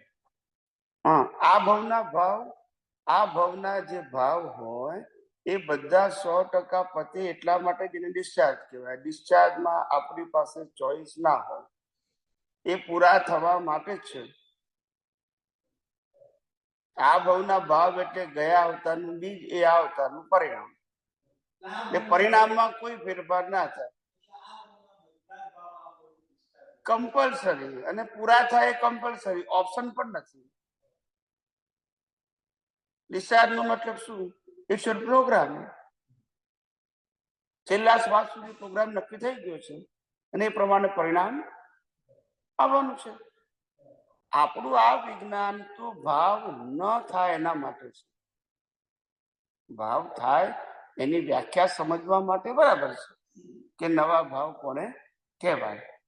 પણ આપણું આ વિજ્ઞાન તો ભાવાભાવથી પર છે. હું શુદ્ધાત્મા ને આ અવસ્થાને દેખીતી દુનિયા, એ બધી કુદરતી રચના છે. તો પછી ભાવનો પ્રશ્ન આવતો નથી. પણ નવા ભાવ એટલે આ એ ભાવ કે જે ભાવને આ ભવ સાથે લેવા દેવા. બીજો ક્વેશ્ચન છે સાઈડનો છે, બીજા સબ્જેક્ટ છે કે હું આત્મ જ્ઞાન પ્રકાશ છું, આત્મા. તો પછી હું અનંત શક્તિ વાળો છું, અનંત જ્ઞાન વાળો છું, અનંત દર્શન વાળો છું, અનંત સુખ ધામ છું, એ સમજાવો કે કઈ રીતે છે. ક્વેશ્ચન ચાલે યસ, હું અનંત શક્તિ વાળો છું, અનંત જ્ઞાન વાળો છું, અનંત દર્શન વાળો છું, અનંત સુખ વાળો છું. કઈ રીતે? How we can feel or realize? Correct? જ્ઞાન પ્રકાશ છું, એની સામે આ બધા ગુણોને કઈ રીતે લઈ? Yes, right. સમજાવ. સૂર્યનારાયણ નો પ્રકાશ આખી દુનિયાને મળે છે, બરાબર છે? એટલે પાવરફુલ કહેવાય ને. યસ કે નો? પણ હું આંખ બંધ કરું તો ના દેખાય. તો મારી આ પણ પાવરફુલ છે સૂર્ય કરતા? બોલતા નથી. બોલો, બોલતા નથી. એટલે અનંત શક્તિ વાળું સમજાવ. આપણે બધી વાતો સાંભળી ખરી, વાંચી ખરી, બોલીએ છે ખરા, ખાલી સિદ્ધાંતથી સમજ્યા નહીં. Infinite power of any kind is always કેવું હોય? એ ક્વોલિટી વાચક હોય, ક્વોન્ટિટી વાચક ના હોય. કેવો હોય? ક્વોલિટી વાચક, ક્વોન્ટિટી વાચક નહીં. ક્વોન્ટિટી વાચક બધું વિનાશી હોય. કેવું હોય? અને ક્વોલિટી વાચક છે એટલે પરમેનન્ટ ગુણ છે, અવસ્થા નથી. સ્વભાવ પણ કહેવાય, પણ ક્વોલિટી કહેવાનું. ક્વોન્ટિટી ની ક્વોલિટી. સમજાવું. આપણે આ પહેલા જમાનામાં પેલા કેમેરા આવતા હતા ને, એમાં રોલ આવતા હતા 12, 24, 36, 48, 42. કરેક્ટ? હવે જેટલું રોલ આવે, ધારો કે 48 રોલ હોય એટલે 48 પિક્ચર પતે એટલે પતી ગયું. પછી 49 નો ફોટો ના લેવાનો. એને શું કહેવાય? ક્વોન્ટિટી. પછી ભરાઈ ગયો રોલ, પછી કામનો નહીં. અને આ મિરરમાં કેટલા ફોટા પડે, પણ તોય ભરાય નહીં. બોલતા નથી. ખ્યાલ આવે?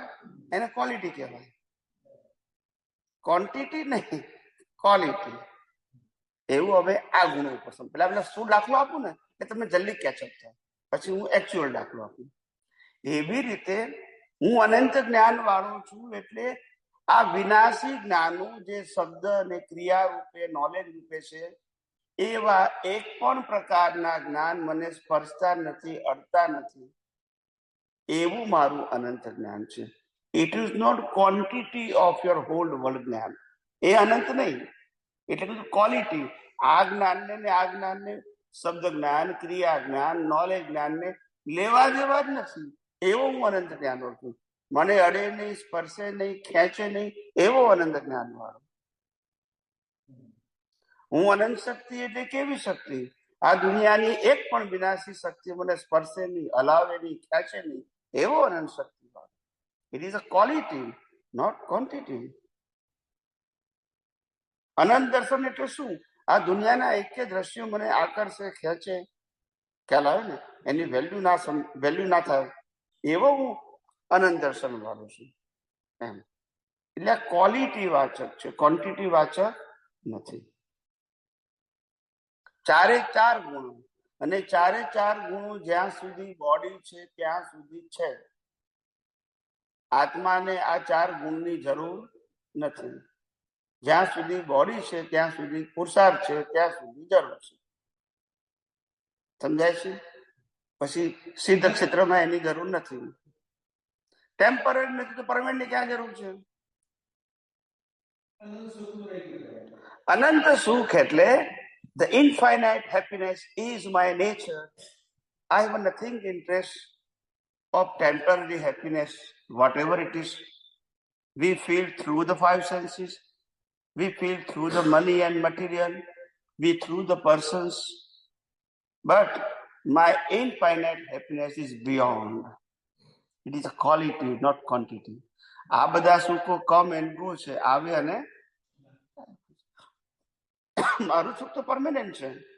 નંબર 1 અને નંબર 2, આ ચારે ચાર પ્રકારના સુખો જે મારા અનંત છે એના આધારે જ વિનાશી સુખો છે. અનંત જ્ઞાનમાંથી જ્ઞાન, દર્શન, ચારિત્ર, જ્ઞાન, દર્શન, સુખ અને શક્તિ જે ટેમ્પરરી છે એ પણ મારા આધારે છે. હું નથી તો ટેમ્પરરી નથી. કારણ કે ટેમ્પરરી એ બિલીફ છે, પરમેનન્ટ એ સ્વભાવ છે. બિલીફ તો બદલાયા કરે અને બિલીફની બિગિનિંગ અને એન્ડ હોય, સ્વભાવની બિગિનિંગ એન્ડ પરમેનન્ટ. તો ક્વોલિટી એ મારો સ્વભાવ છે અને ક્વોન્ટિટી એ અવસ્થા છે. એ પણ મારા આધારે છે. હું આત્મા છું તો જ શરીરની વિનાશી અવસ્થાઓનો અનુભવ થાય. આત્મા ના હોય તો એ આત્માને ના થાય, પણ આત્માની હાજરીથી થાય, નહીં તો એ ના થાય.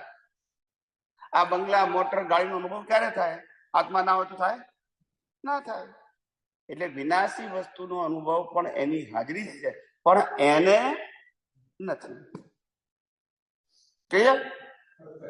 ઓકે. અનંત શક્તિ વાળો છે.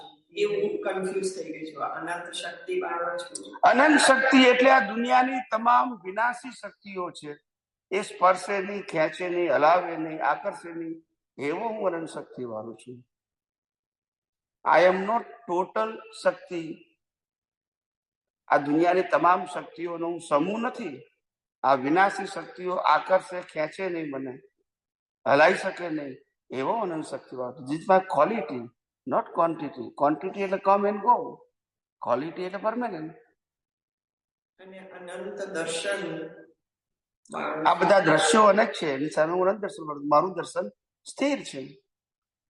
આ અવસ્થાઓ બધી ટેમ્પરરી છે. દ્રશ્યો બધા બદલાયા કરે છે. એટલે આ આત્માની ક્વોલિટી છે અને પેલી પ્રકૃતિની ક્વોલિટી છે. અને આખું જગત પ્રકૃતિની ક્વોલિટીમાં ગુંચાયું છે, પણ એ ક્વોલિટી આપણી નથી. એ બધું AI છે. શું છે? આર્ટિફિશિયલ. દેખાય પણ છે નહીં, દેખાય પણ છે નહીં. સમજાય? સમજાય? તમારી આધ્યાત્મિક લેંગ્વેજમાં અનંત શક્તિ જુદી, અને અમે લોકો અનંત શક્તિ સામાન્ય રીતે વાપરીએ જુદું છે.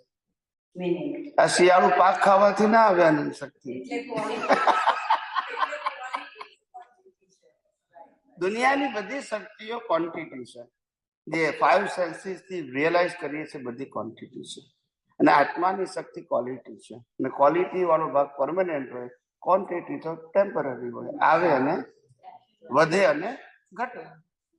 પેલામાં તો કશું થાય નહીં, સ્ટેબલ.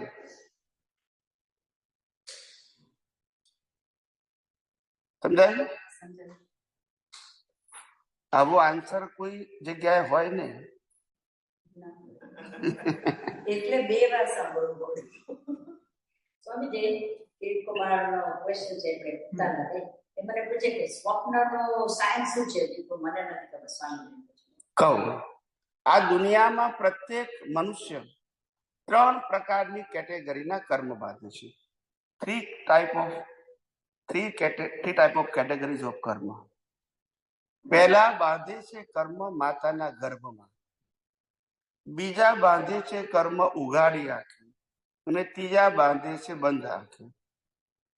માતાના ગર્ભમાં કરેલા કર્મ ગર્ભમાં ભોગવે, ઉઘાડી આંખે કરેલા ઉઘાડી આંખે ભોગવે, અને સપનામાં બાંધેલા સપનામાં ભોગવે.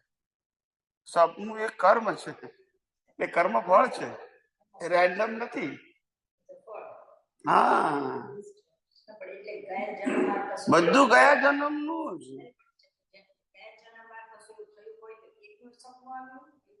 સપનાની કેટેગરી 3 પ્રકારની.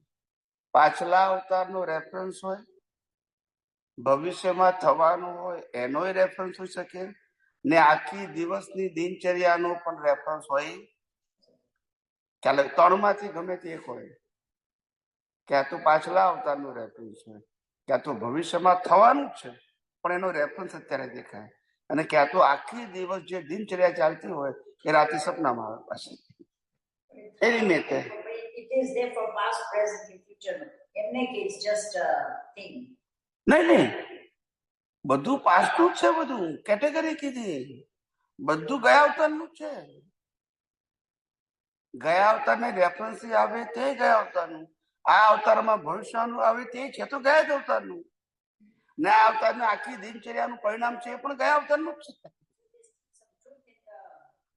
બધું પાસ્ટનું છે, પણ અવસ્થા 3 પ્રકારની છે. મારે તો સાયન્સ કેવું પડે ને, એકલું પાછલું કહું તમને સમજણ નહીં પડે. એટલે પાછલામાં 3 કેટેગરી આવે. ઘણી વખત આ અવતારમાં કશું જ ના કર્યું હોય એવું સપનું પણ આવે. ઘણી વખત ભવિષ્યના થવાનું હોય ને એનું ફોરકાસ્ટ સપનામાં થાય, અને ભવિષ્ય ઘણી વખત આખા દિવસની દિનચર્યા હોય ને એનો રેફરન્સ સપનામાં આવે, આગળની લિંક. બસ એવું. એવું નહીં કે કોઈ વાર કશું થયું બી ના હોય તો પણ આવી શકે. આવે ને ફ્યુચર કયું પણ suppose so it always has some meaning. હા, કે રેન્ડમલી સપનું આવે. રેન્ડમ એટલે કોઈ બી જસ્ટ આઉટ ઓફ નથિંગ એવું બી હોય ને. એવું બી હોય ને. સપનામાં બાંધેલા સપનામાં આવે. ના સમજાય? સપનામાં બાંધેલા સપનામાં આવે ને પ્રૂફ શું હોય?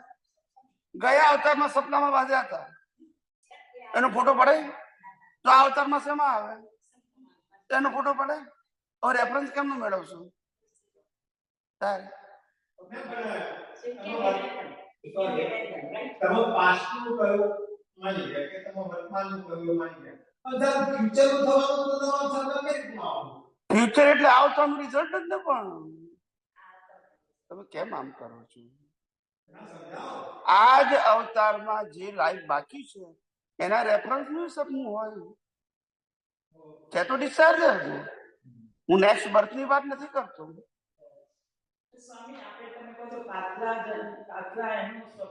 પણ મેઇન વસ્તુ પાછલા અવતારના કર્મનું ફળ છે એની ખાલી મેં કેટેગરી કીધી, ડિટેલ કીધું. બોલો.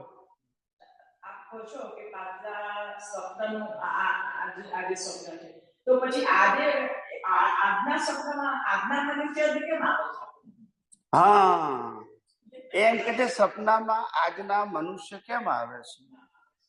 આજના મનુષ્ય જુઓ, પ્રશ્ન કેવો પૂછ્યો? એમને એમ નથી ખબર પડતી કે આજે મા બાપ કેમ મળ્યા. ગયા અવતારમાં તો આ હતા જ નહીં મોડા, જો બોલતા નથી. આજ હતા મોડા મા બાપના, તો પછી કેમ મળ્યા? હસબન્ડ વાઈફ ના મોડા આવ્યા હતા ગયા અવતારમાં, તો પછી કેમ ભેગા થયા? સપનાને એટલે કર્મને આધારે ભેગા થાય છે. ફેસ ટેલી નથી થતા, કોસ ટેલી થાય છે. ફેસ ટેલી થાય, કોસ ટેલી થાય. આ તો ભૂલ્યું આખું બદલાઈ ગયું હોય, પણ આત્મા તેનું તે જ હોય અને કર્મ પણ તેના તે.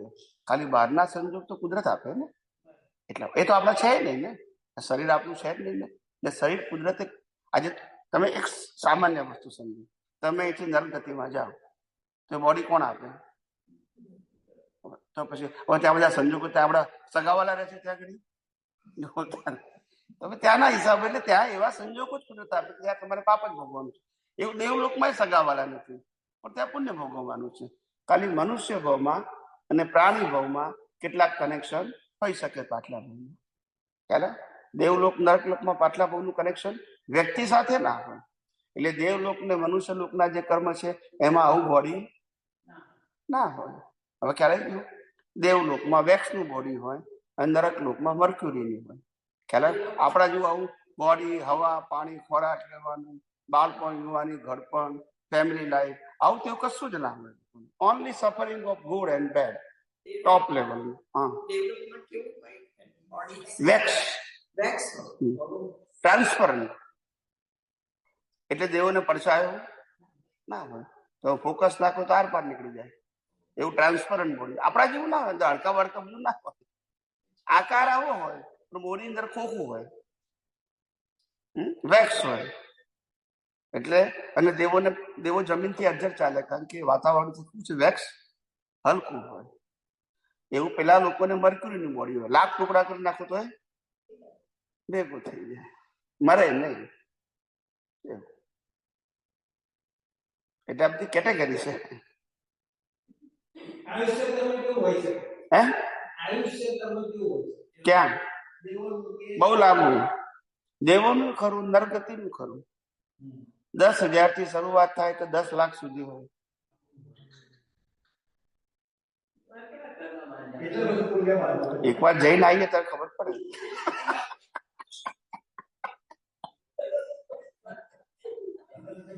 બીજું શું કહીએ? શોખ કરવા જેવા નથી આપણે.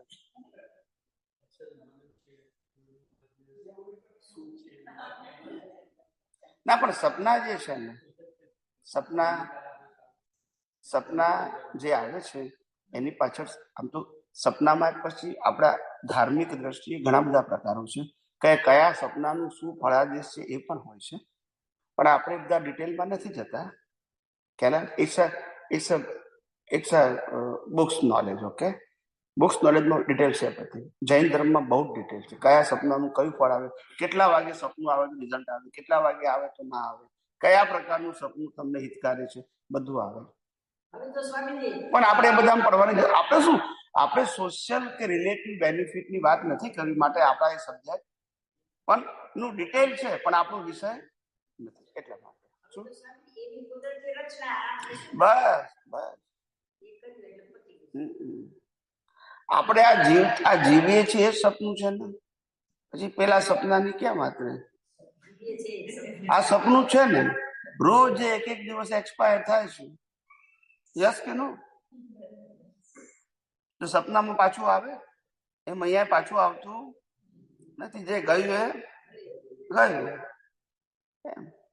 સપનામાં એવું છે. આ 3 અવસ્થાનું સપનું છે: બાળપણ, યુવાની અને બુઢાપા.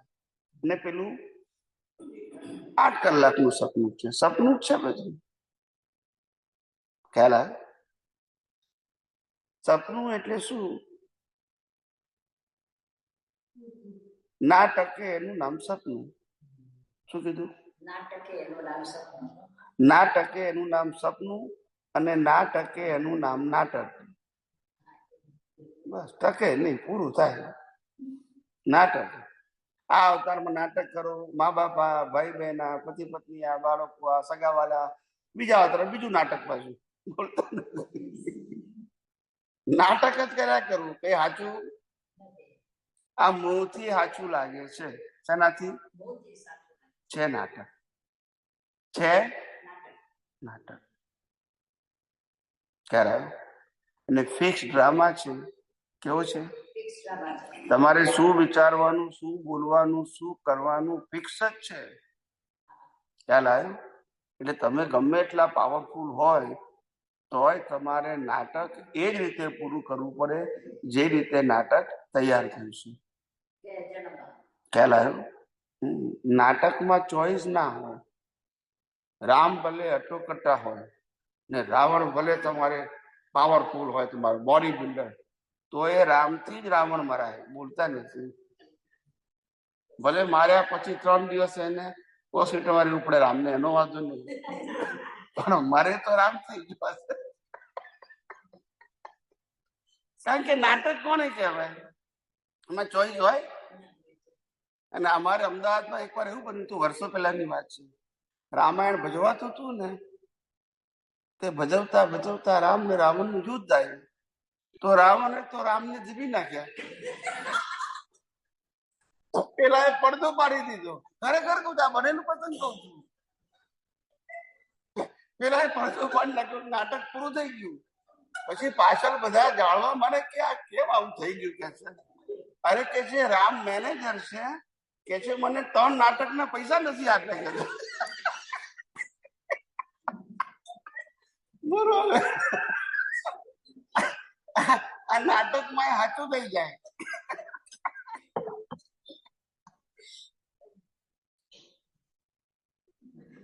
આવું મારે બન્યું હતું અમદાવાદમાં. આવું છે. એટલે આપણે જયારે દુનિયા જાણીએ ને ત્યારે આપણને લાગે કે the world is a funny છે. ફની એટલે કશું આપણે કહીએ કે આમ જ થશે એવું થાય નહીં કશું. ખ્યાલ આવે? એની જે કર્મની ડિઝાઇન નક્કી કરી હોય ઇન્ડિવિડ્યુઅલ, એ જ પ્રમાણે ચાલે. ઘણા બધા છે સ્વામીજી પાપ પુણ્ય ક્રિયા કરવાથી કેમ ના લાગે? ક્રિયા કરીએ, કોઈને મારી નાખીએ તો પાપ કેમ ના લાગે? અને કોઈને બચાવીએ તો પુણ્ય કેમ ના લાગે? મેં કીધું ક્રિયાથી પાપ પુણ્ય થતા જ નથી. ખ્યાલ આવ્યો? આ કુદરત આટલા બધા જન્મ આપે છે તો પુણ્ય ના થાય, અને આટલા બધાને મારી નાખીએ સુનાઈમાં તો પાપ ના લાગે. બોલતા નથી, લાગે? બોલો. ક્રિયાથી નથી લાગતું, અજ્ઞાનતાથી જે ભાવ થાય છે એનાથી કર્મ બંધાય છે. પણ આપણા માઇન્ડ સેટ થઈ ગયું છે, કર્મ ક્રિયાથી બંધાય છે. ખ્યાલ આવે? માણસની નિયત સાફ હોય, કેવી હોય? નિયત. અને નીતિ સાફ હોય તો એનું જીવન સારું જ હોય. પણ સારું હોય એટલે સારું દેખાય એવું જરૂર નથી, કારણ કે કસોટી હોય. શું છે? અને કસોટીમાં સોનાને પણ તપવું તો શુદ્ધ થાય. એ કસોટીમાંથી પાર ઉતરવા માટે તપવું પડે. ને તપવું એટલે બે પ્રકારનું તપવું. તપવું એટલે રિએક્શન કરવું, એને તપવું કહેવાય. ખ્યાલ આવે? અને તપવું એટલે જે તપવાના સંજોગો આવ્યા છે એને જ કુદરતી રચના જોવું, એને જ્ઞાન તપ કહેવાય. અને હું તપ્યો એ અજ્ઞાન તપ કહેવાય. જ્ઞાન તપથી પ્રગતિ છે, અજ્ઞાન તપથી બંધન છે. બસ. ક્રિયા તો એક જ છે, દ્રષ્ટિ બંનેમાં જુદી છે. જેવી દ્રષ્ટિ એવી સૃષ્ટિ. સૃષ્ટિ બદલી શકાય, પણ દ્રષ્ટિ તો આપણું વિજ્ઞાન શેના માટે છે? દ્રષ્ટિ બદલવા માટે. આ સૃષ્ટિ બદલવા માટે નથી. સ્વામીજી ઘણીવાર ન્યૂઝપેપરમાં આવે છે કે ઘણાને પાસ લાઈફનું બધું ખબર પડે છે, અમારું ઘર હતું આ તો. Is that true? પણ ટ્રુ હોય તો આપણે શું જાણીને કરવું છે? આ લાઈફ નું ભારે પડતું હોય તો પાછી લાઈફ નું શું કરવું છે? તમે વિચાર કરો કે આ લાઈફના ફાધર મધર હસબન્ડ વાઈફ છોકરા સાસુ સસરા એ જ આપણને ભારે પડતા હોય તો પાછલા અવતારના દેખાય તો શું થાય? હવે આને હાચવવા કે એને હાચવવા? જો હશે એ ઉપાધિમાં પડવા જેવું નથી. એ જીવન જીવવાની નેસેસિટીમાં આવતું નથી.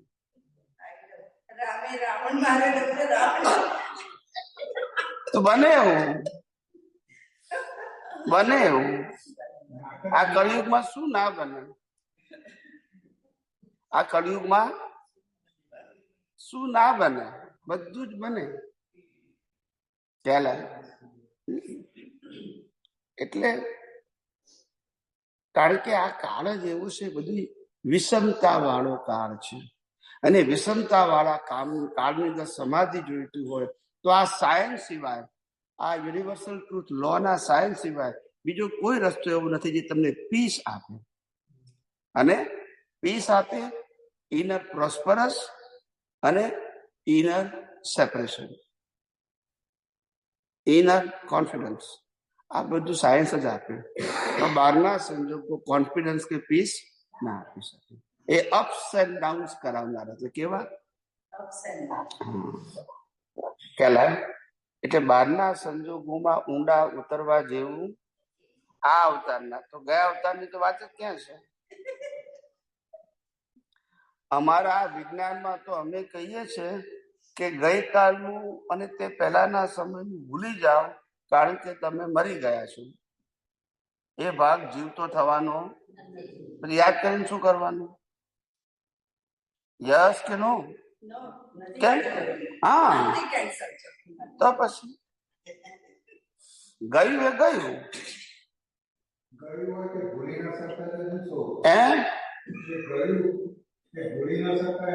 ભૂલી ના શકાય એનો વાંધો નહીં, પણ કુદરતી રચના જોઈને બાયપાસ તો કરો. જે સમય જતો રહ્યો એ ફેરથી આવવાનો નથી. જે તારીખ પતી ગઈ લાઈફમાં ફેરથી નહીં આવે. યસ કે નો? તો યાદ કરીને શું કરવાનું? ખ્યાલ આવે? આપણે કે મને બધું યાદ છે 25 વર્ષમાં, કરવાનું શું? ફેરફાર થશે? હા, પણ એટલે જ ભૂતકાળનો ઇન્ટરેસ્ટ છે, એટલે ભૂતકાળની બાબતોમાં રસ છે, એટલે ઇન્ટરેસ્ટ ના હોય ને ભૂતકાળ યાદ આવે તો બાયપાસ કરો ને, કુદરતી રીતે કોણ ના પાડે છે?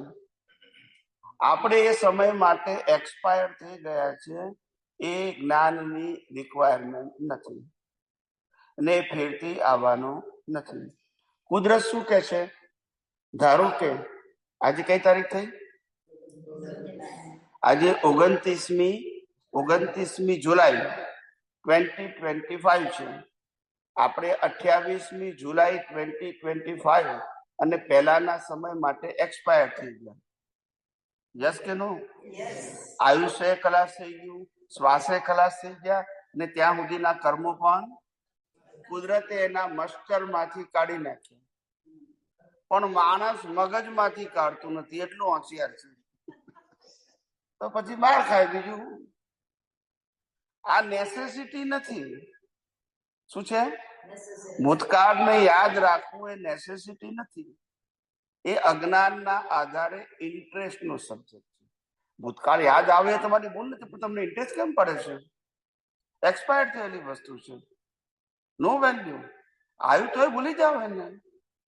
શા માટે વેલ્યુ આપો છો? અને પછી કે મને તો બહુ ટેન્શન છે, બહુ ટેન્શન છે. કારણ કે ભૂતકાળ 50 વર્ષનું યાદ કરે અને ભવિષ્યનું 25 વર્ષમાં આમ આમ થવાનું છે એ અત્યારે યાદ કરે. પછી દશા બેહે કે ના બેહે? બેસી જાય. તો પછી આજે ખાવાનું પીવાનું ઊંઘવાનું મળે છે તો પછી તકલીફ શું છે? યસ કે નો? યસ. આટલું બધું યાદ કરવું છે શું, એમ પૂછું છું. જવાબ આપો તો ભાઈ.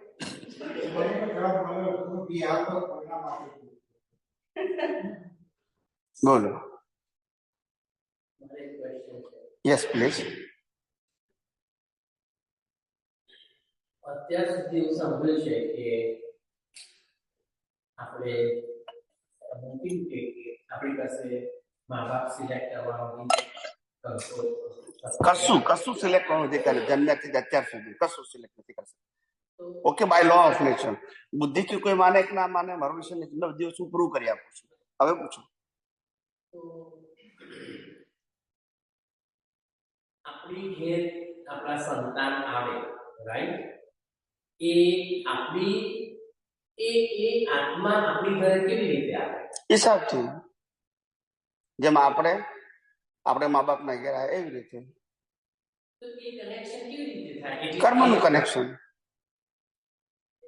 એટલે એ આત્મા જોડે આપણે કઈ પૂર્વજન્મમાં એટલા માટે યસ એટલે જ હોય ને, એટલે જ આવે ને.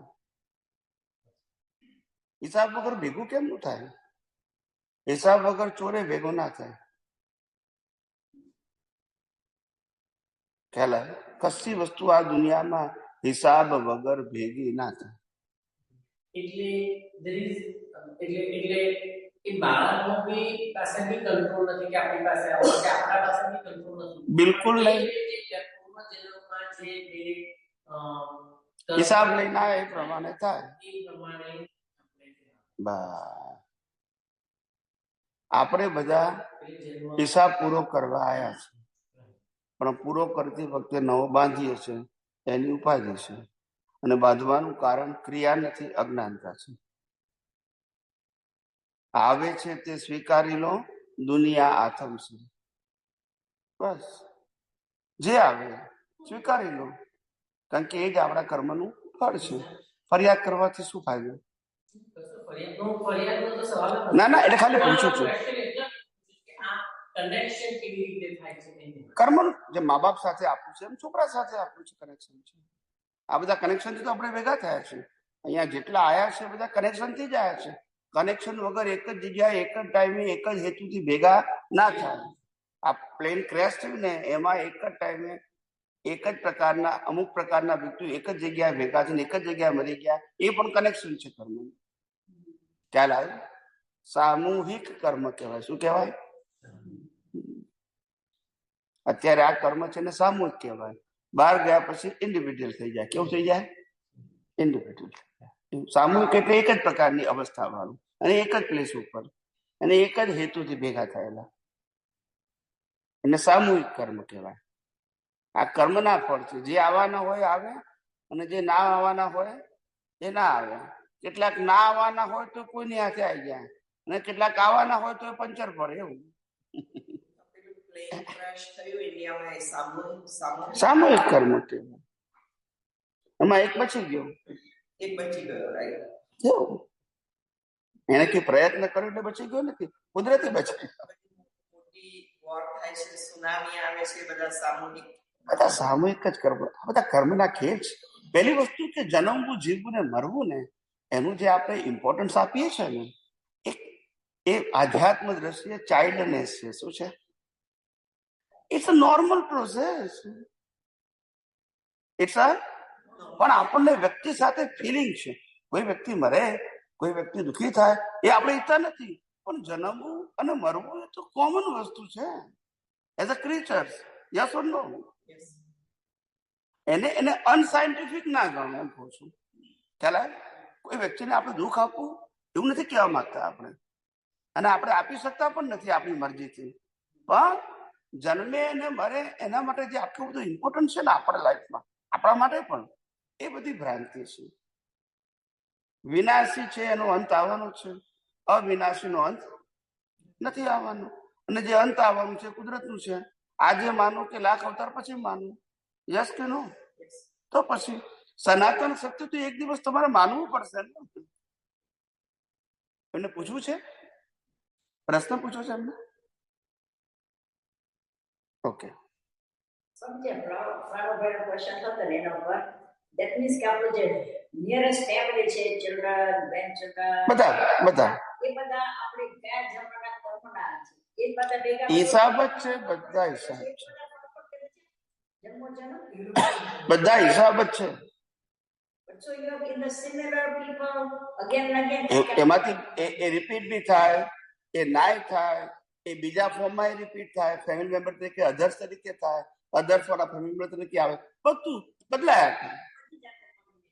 બધું બદલાય. કશું સ્ટીરિયો ટાઈપ ના, કશું સ્ટીરિયો. તો આપણી પાસે નેક્સ્ટ જન્મ માટે જે આ જન્મ છે એનાથી સારો જન્મ થાય તો એના માટે આપણી પાસે આપણે એક વસ્તુ છે કે તમે કીધું કે કરતા ભાવ સિવાય તમે જગત કલ્યાણ કરો, તેથી તો ઓછી છે. ના, તમે તમારું નેક્સ્ટ ભાવ મોક્ષ માર્ગ માટે લાયક અને સહાયક સંજોગો માગો, અને તમારો પુરુષાર્થ બધી જ અવસ્થામાં શુદ્ધાત્મા પદમાં લક્ષમાં રહી અને અવસ્થાને કુદરતી રચના જોવાનું રહેશે, તો એનું રિઝલ્ટ મોક્ષ માર્ગ માટે લાયક અને સહાયક સંજોગો છે.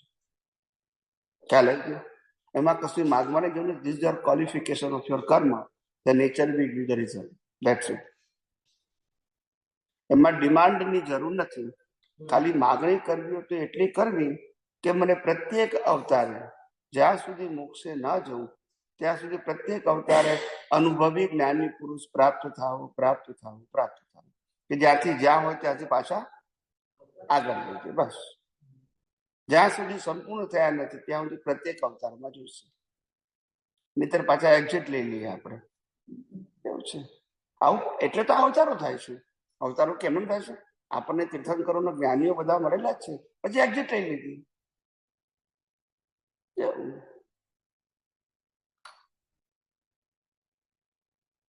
એટલે જગત બહુ સમજવા જેવું છે, ઊંડા ઉતરવા જેવું નથી.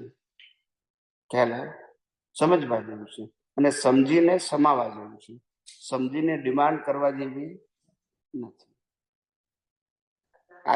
આ જગતમાં કોઈ કે જગતમાં સાર શું છે, તો કે આ જગતમાં કોઈ સાર નથી, એ સાર છે. કોઈ સાર નથી, કારણ કે કશું સાથે આવવાનું નથી. હિસાબ પૂરા કરવાના છે, પણ સાથે નથી આવવાનું. બોલો. આપણે ઉત્તર માર્ગમાં આપણે જુદા રહીને આપણા કર્મો ખપાવવાના છે. તો જે લોકો મેડિટેશન કરે છે મોક્ષ માટે, એ લોકો પણ એવું જ કહે છે કે અમે મેડિટેશનમાં અમારા કર્મ ખપાવીએ. પછી તો એ બેમાં ફેર શું? અને એ લોકો તો એવું કહેતા નથી કે મહાવિદ્ય જવું પડે, તો એમ જ કહે છે કે તમને હમણાં જ પડી જશે. પછી તો શું ફેર છે? કશું નહીં. મેડિટેશન એક જાતનું ટેમ્પરરી પીસ છે. It's not a solution. પણ એમાં બી કર્મ એમના મળે છે, કશું ના કરે. ના મળે. એ પોતે એ મેડિટેશન એ જ કર્મફળ છે. મેડિટેશન એ પુરુષાર્થ નથી, કર્મફળ છે. તો એના કોઈ ફાયદા નથી. થાય, શાંતિ મળે. શાંતિ તો મળે જ ને. પણ એ પણ મોક્ષ ને એને મોક્ષ માટે અવેરનેસ જોઈએ. જાગૃતિ જ ક્યાં છે? હું શુદ્ધાત્મા છું ને આ શરીર કોણ છે, ચલાવે છે કોણ? જાગૃતિ જોઈશે ને. આંખો બંધ કરીને બેસી જઈએ કે સોલ્યુશન થોડું છે. તો પછી હા, ટેમ્પરરી તમને પીસ મળશે, ટેમ્પરરી પીસ મળશે, સોલ્યુશન નહીં મળે. See, science is for universal truth or ultimate solution, and meditation is for mental peace. And તમે સંજોગને થોડા સમય માટે ટાળવા પ્રયત્ન કરી રહ્યા છો. 1 કલાક ધ્યાન કરો એટલે સ્વાભાવિક છે કોન્સન્ટ્રેટ થઈ જાય તમારું કોઈ વ્યક્તિમાં, કોઈ મંત્રમાં, કોઈ જ્યોતમાં, તો થોડા સમય માટે તમે સંસાર ભૂલી જાઓ છો. That's it. પણ that is not solution of your puzzle. સમજાય છે? અહીંયા સાયન્સમાં પઝલનું સોલ્યુશન આપવામાં આવે છે. અહીંયા પઝલને ડિઝોલ્વ કરવામાં આવે છે. So you feel separation and real peace without any outside effort. સમજાય? હા. સેપરેશન અને રિયલ પીસ એટલે બધા રાગ દ્વેષ બધું બંધ. કશું નહીં. રિયલ પીસ નો મતલબ no doership, no ownership, no suffering. That's it. બધું બન્યા કરે dramatically. I am not involved. I am separate and I am observer of all circumstances. Observer is a very big status, okay? Inner status. ખ્યાલ? આ દુનિયામાં તમારી પાસે આ dish છે. આ ડીશને તમે જોઈ શકો છો. ઇટ મીન્સ તમે ડીશથી સેપરેટ છો. કરેક્ટ? આ ડીશની સાઇઝ, એની ક્વોલિટી, એનું મટીરિયલ, એનું colour, that is not your size, colour. Correct? હું એને જોઈ શકું છું. એમ તમે બંધ આંખે જેટલી અવસ્થાનો જોઈ શકો છો એનાથી તમે કેવા છો? જુદા છો. બસ એને તમે ફીલ કરો ને જુદા છો. તમારે લેવા દેવા, યુ આર ધ ઓબ્ઝર્વર. પણ તમે ભળી જાઓ છો રાગથી અને દ્વેષથી. અને રાગ દ્વેષ થવાનું કારણ અજ્ઞાનતા છે. અજ્ઞાનતાનું કારણ કરતાપણું, ભોગતાપણું, માલિકીપણું છે. બસ સીધી સાદી વાત છે. એટલે અજ્ઞાન છે ત્યાં સુધી તો પઝલ રહેવાનું અને નવા કર્મો પણ બંધાવવાનું. બટ નેચરલ વસ્તુ છે, એમાં કોઈ ચોઈસ છે જ નહીં. સમજાય? કારણ કે સંસાર અને આત્મા, ઘણા લોકો પૂછે છે કે સ્વામીજી અનંત શક્તિ વાળો આત્મા છે, તો પછી આ શરીરમાં દબાઈ કેમ ગયો? આ વિનાશી અવસ્થાથી દબાઈ કેમ ગયો? એની શક્તિ કેમ બતાવતો નથી? મેં કીધું એની પાસે પાસવતાની શક્તિ નથી. આ બધી પાસવતા કહેવાય. ફિઝિકલ પાવર એ પાસવતા કહેવાય, એ મિકેનિકલ પાવર કહેવાય. પેલો ચૈતન્ય પાવર છે. મિકેનિકલ પાવર જેવો ચૈતન્ય પાવર ના હોય. પણ ચૈતન્ય પાવર રિયલાઇઝ ત્યારે થાય કે જ્યારે મિકેનિકલ પાવરની અજ્ઞાનતાથી છૂટો. તો જ્યાં સુધી મિકેનિકલ પાવરની વેલ્યુ છે ત્યાં સુધી તમે અજ્ઞાનની જાળમાં ફસાયા છો. શું છો? જેમ તમારા નામે $1 મિલિયન બેલેન્સ બેંકમાં પડ્યું છે, બરાબર છે? તમારું જ નામ ને તમારું જ ખાતું ને તમારી સહી છે, પણ તમને 20 વર્ષની જેલ થઈ. કેટલા વર્ષની? હવે તમે $1 વાપરી શકો છે, છતાં વાપરી શકો ના વાપરી શકો. તો પ્રશ્ન પૈસાનો છે કે જેલમાં નીકળવાનો છે?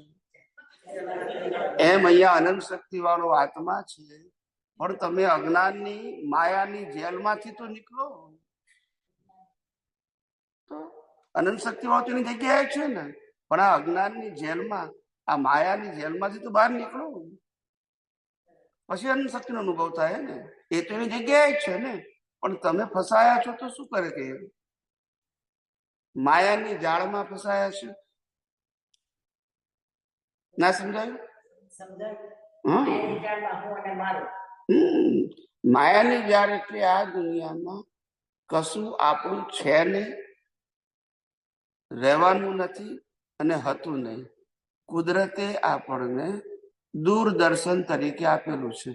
જો બોલતા નથી, દૂરદર્શન ખબર છે? ડિજિટલ, જોવાનું, આંકડાની રમત.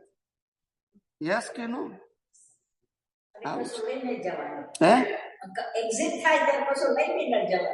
એ આંકડાનું બેલેન્સ એમનું એમ જ રહે, ખાલી નામ જ બદલાય. બોલતા નથી. જો હશે છે.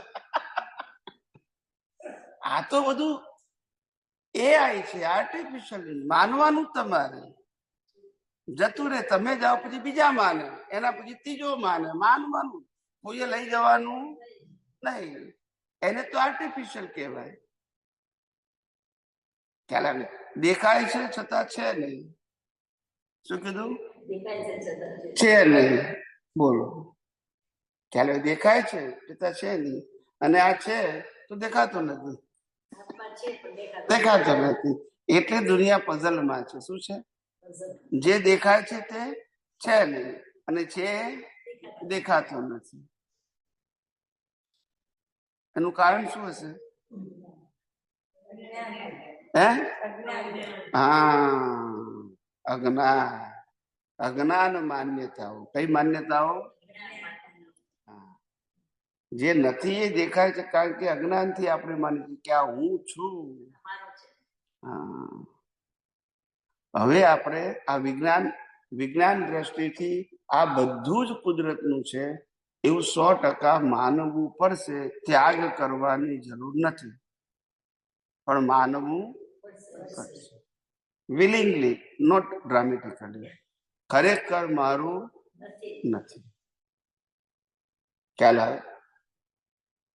હિસાબ છે ત્યાં સુધી રહેશે. હિસાબ પૂરો થશે એટલે વસ્તુ જશે ને શરીરે જશે. કોઈની પાસે ચોઈસ નથી. જે વસ્તુ મળતી વખતે ફરજિયાત બનવાની છે, ઓપ્શન, એ વાતને જીવતા સ્વીકારવામાં વાંધો શું? એમ કહું. બોલતા નથી. જે વસ્તુ ફરજિયાત બને, ઓપ્શન તો નથી જ ને. જયારે મરીશું ત્યારે શરીર, સત્તા, સંપત્તિ, સંબંધ, સાધન છોડવાના છે, એમાં ઓપ્શન નથી. તો એ વાતને આજે સ્વીકારવામાં શું વાંધો છે? કે ભાઈ ખરેખર જે મરતી વખતે જવાનું છે એ અત્યારે મારું છે જ નહીં, ખાલી ટાઈમ બિંગ છે, એવું સ્વીકારવામાં વાંધો શું? હવે આજથી વાંધો નથી, કારણ કે જ્ઞાન હવે બધાને આજે જ્ઞાન આવી ગયું છે. ખરેખર કેટલું દિવસ શું બોલું છું? શું કે છે?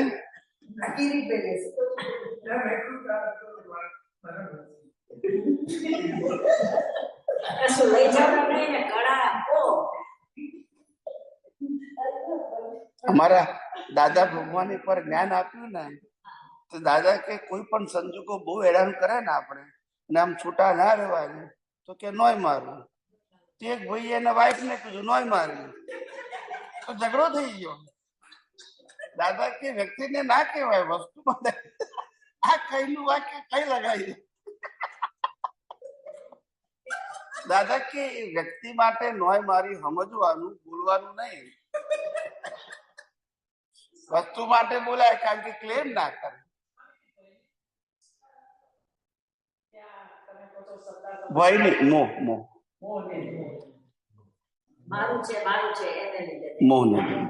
મોહને લીધે. મરવું એ દુઃખનું કારણ નથી. શું કીધું? અને મરવું એ સુખનું કારણ નથી. મરવું એક સાયન્ટિફિક કુદરતી પ્રક્રિયા છે, કઈ નવી વસ્તુ. પણ આપણને મરણનો ભય લાગે છે. ખ્યાલ આવે? બસ એ આપણી સાયકોલોજી છે. બાકી મરવું એટલે આ જૂનું કપડું મૂકી દે, નવું કપડું લેવું. આ ખ્યાલ આવે? શરીર નવું બને, ફ્રેશ મળે. ખ્યાલ આવે? પછી એવું શરીર મળે કે ચશ્મા નંબર ના હોય.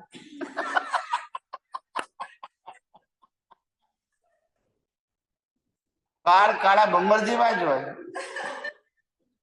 કરવા ના પડે. એટલે નવું બધું મળે એમ, કુદરત આપે, ખ્યાલ આવે. એટલે પણ જે મોહ છે ને, આ મારું, આ મારું, આ મારું, એનાથી એક ભાઈ હતા તો મને કે મરતી વખતે દુઃખ થાય તો કેવું થાય? મેં કહું જેટલો માલિકી ભાવ વધારે એટલે દુઃખ વધારે.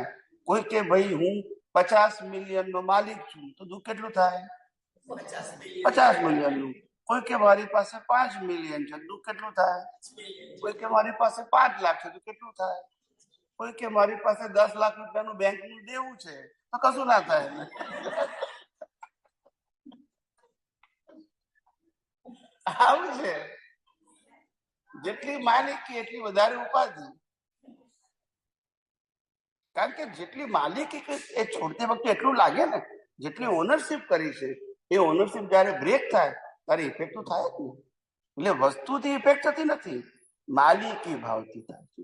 વસ્તુ તો આવી છે એમ જ જવાની છે ને, લઈને આયા નથી એને લઈ, એ તો કોમન વસ્તુ છે. પણ તમે આયા પછી માલિકી કરી એ તમારી ભૂલ છે એ ભૂલ નથી, છે એ તમારા કર્મનો હિસાબ છે. પણ માલિકી કરી તો માર ખાવા પડે. માલિકી હંમેશા મન વચન કાયા અને તેની અવસ્થાની કુદરતની જ રહેશે. કોની રહેશે? આપણે બધા અવસ્થાના યુઝર છીએ. ક્યારે ઓનર થઈ શકીએ?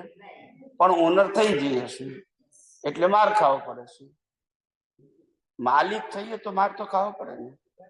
યુઝર ને માર ના ખાવો પડે. હે કાલે એક્ઝામ્પલ નતું આપ્યું કે આ તમારી બેનપણીને તમે ફોન કરવા આપો અને ફોન લઈને જતી રહે તો શું થાય?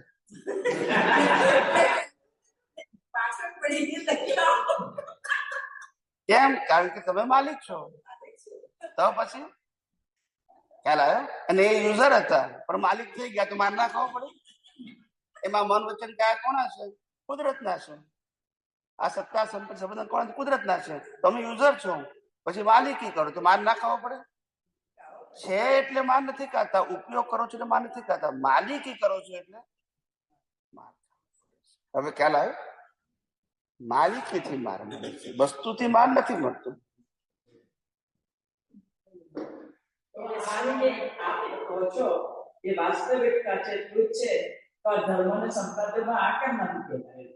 તો ચાલે નહીં, એ લોકોનું ગાડું જ ના ચાલે. ત્યાં પછી આવે કોણ? બોલતા નથી.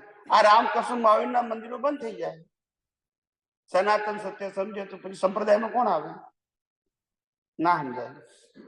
એટલે એ લોકોએ એ જ વાત કરવી પડે કે જેનાથી ગાડું ચાલે. એમાં એ લોકો પાસે છૂટકો જ નથી. જેને માર્ગ ચલાવવો છે એને માર્ગની જ વાત કરવી પડે, સનાતન વાત ના કરી શકે. સમજાય તોય ના કરી માર્ગ ચાલે. ચાલે. એટલે આ ટ્રેજેડી છે. શું છે? ટ્રેજેડી છે. કારણ કે હવે શું કરે? મંદિરો અશુભમાંથી શુભમાં લઈ, ચોક્કસ કામમાં લઈ જાય ને. મંદિરો નકામમાં નથી. ના એટલે કોઈ પણ શુભ ક્રિયા નકામી નથી. કોઈ પણ શુભ પ્રશ્ન નકામીનો નથી. પ્રશ્ન નકામીનો નથી. પ્રશ્ન મારે કામની છે કે નહીં એટલું છે. દાખલો આપું, મારી વાત તો દાખલાથી સમજાશે, એમને નહીં સમજાય. તમે સ્કૂલની 12 ચોપડી ભણી ગયા, હવે કોલેજમાં ગયા. હવે તમારે સ્કૂલની જરૂર તમારે નથી, પણ સ્કૂલની જરૂર નથી દુનિયાને એવું નહીં કહેવાનું, પણ તમારે પછી તમે કોલેજ બની ગયા પછી કોલેજની તમારે જરૂર નથી, પણ દુનિયાને નથી એવું નહીં બોલવાનું. એમ મારે મોક્ષ જેવું તો મારે જરૂર નથી, દુનિયાને જરૂર છે, એમાં કોણ ના પડે છે? This is a individual matter, not for all. એટલે બધાને જરૂર નથી એવું આપણે કહેતા. જેને મોક્ષે જવું છે એના માટે જરૂર, ને જેને સંસારમાં રહેવું છે એના માટે જરૂર છે. હવે ખ્યાલ આવી ગયો મારી પાસે? એટલે કોઈ પણ વસ્તુ નકામી છે એવું કહેતા જ નથી. ખ્યાલ આવે? જેને આ સંસારમાં હજુ સારું જીવન જીવવું છે, સારું લાભ જોઈએ છે, એને પુણ્ય બાંધવાનું અને પુણ્ય ઉપર જોર મૂકવાનું. કોણ ના પાડે છે? પણ જેને જન્મ મરણથી મુક્ત જ થવું છે એના માટે આ વિષય નથી. ભલે ને ક્રિયા થાય, પણ એ નથી કે તું આને પુરુષાર્થ કરું. ભલે આરતી કરી અમે, પણ હવે એવું ના મને કે પુરુષાર્થ કરીએ છીએ. ભલે દાન આપીએ, પણ એવું ના મને પુરુષાર્થ કરીએ છીએ. પુરુષાર્થ કરો સંસાર મળશે. આપણે સંસાર જોઈએ છે કે મોક્ષ જોઈએ છે? Choose anyone. તમે એને કુદરતી રચના જોશો તો છૂટા થવાશે સંસારથી, અને મેં આપ્યું કહો છું તો સંસાર મળશે. બે જ ઓપ્શન છે. એમાં નકામું છે એવું કહેતા નથી. હવે ચાલો ચાલો ચાલો, ઘડિયાળ કઈ કે છે? પ્રાર્થના બોલી દઈએ.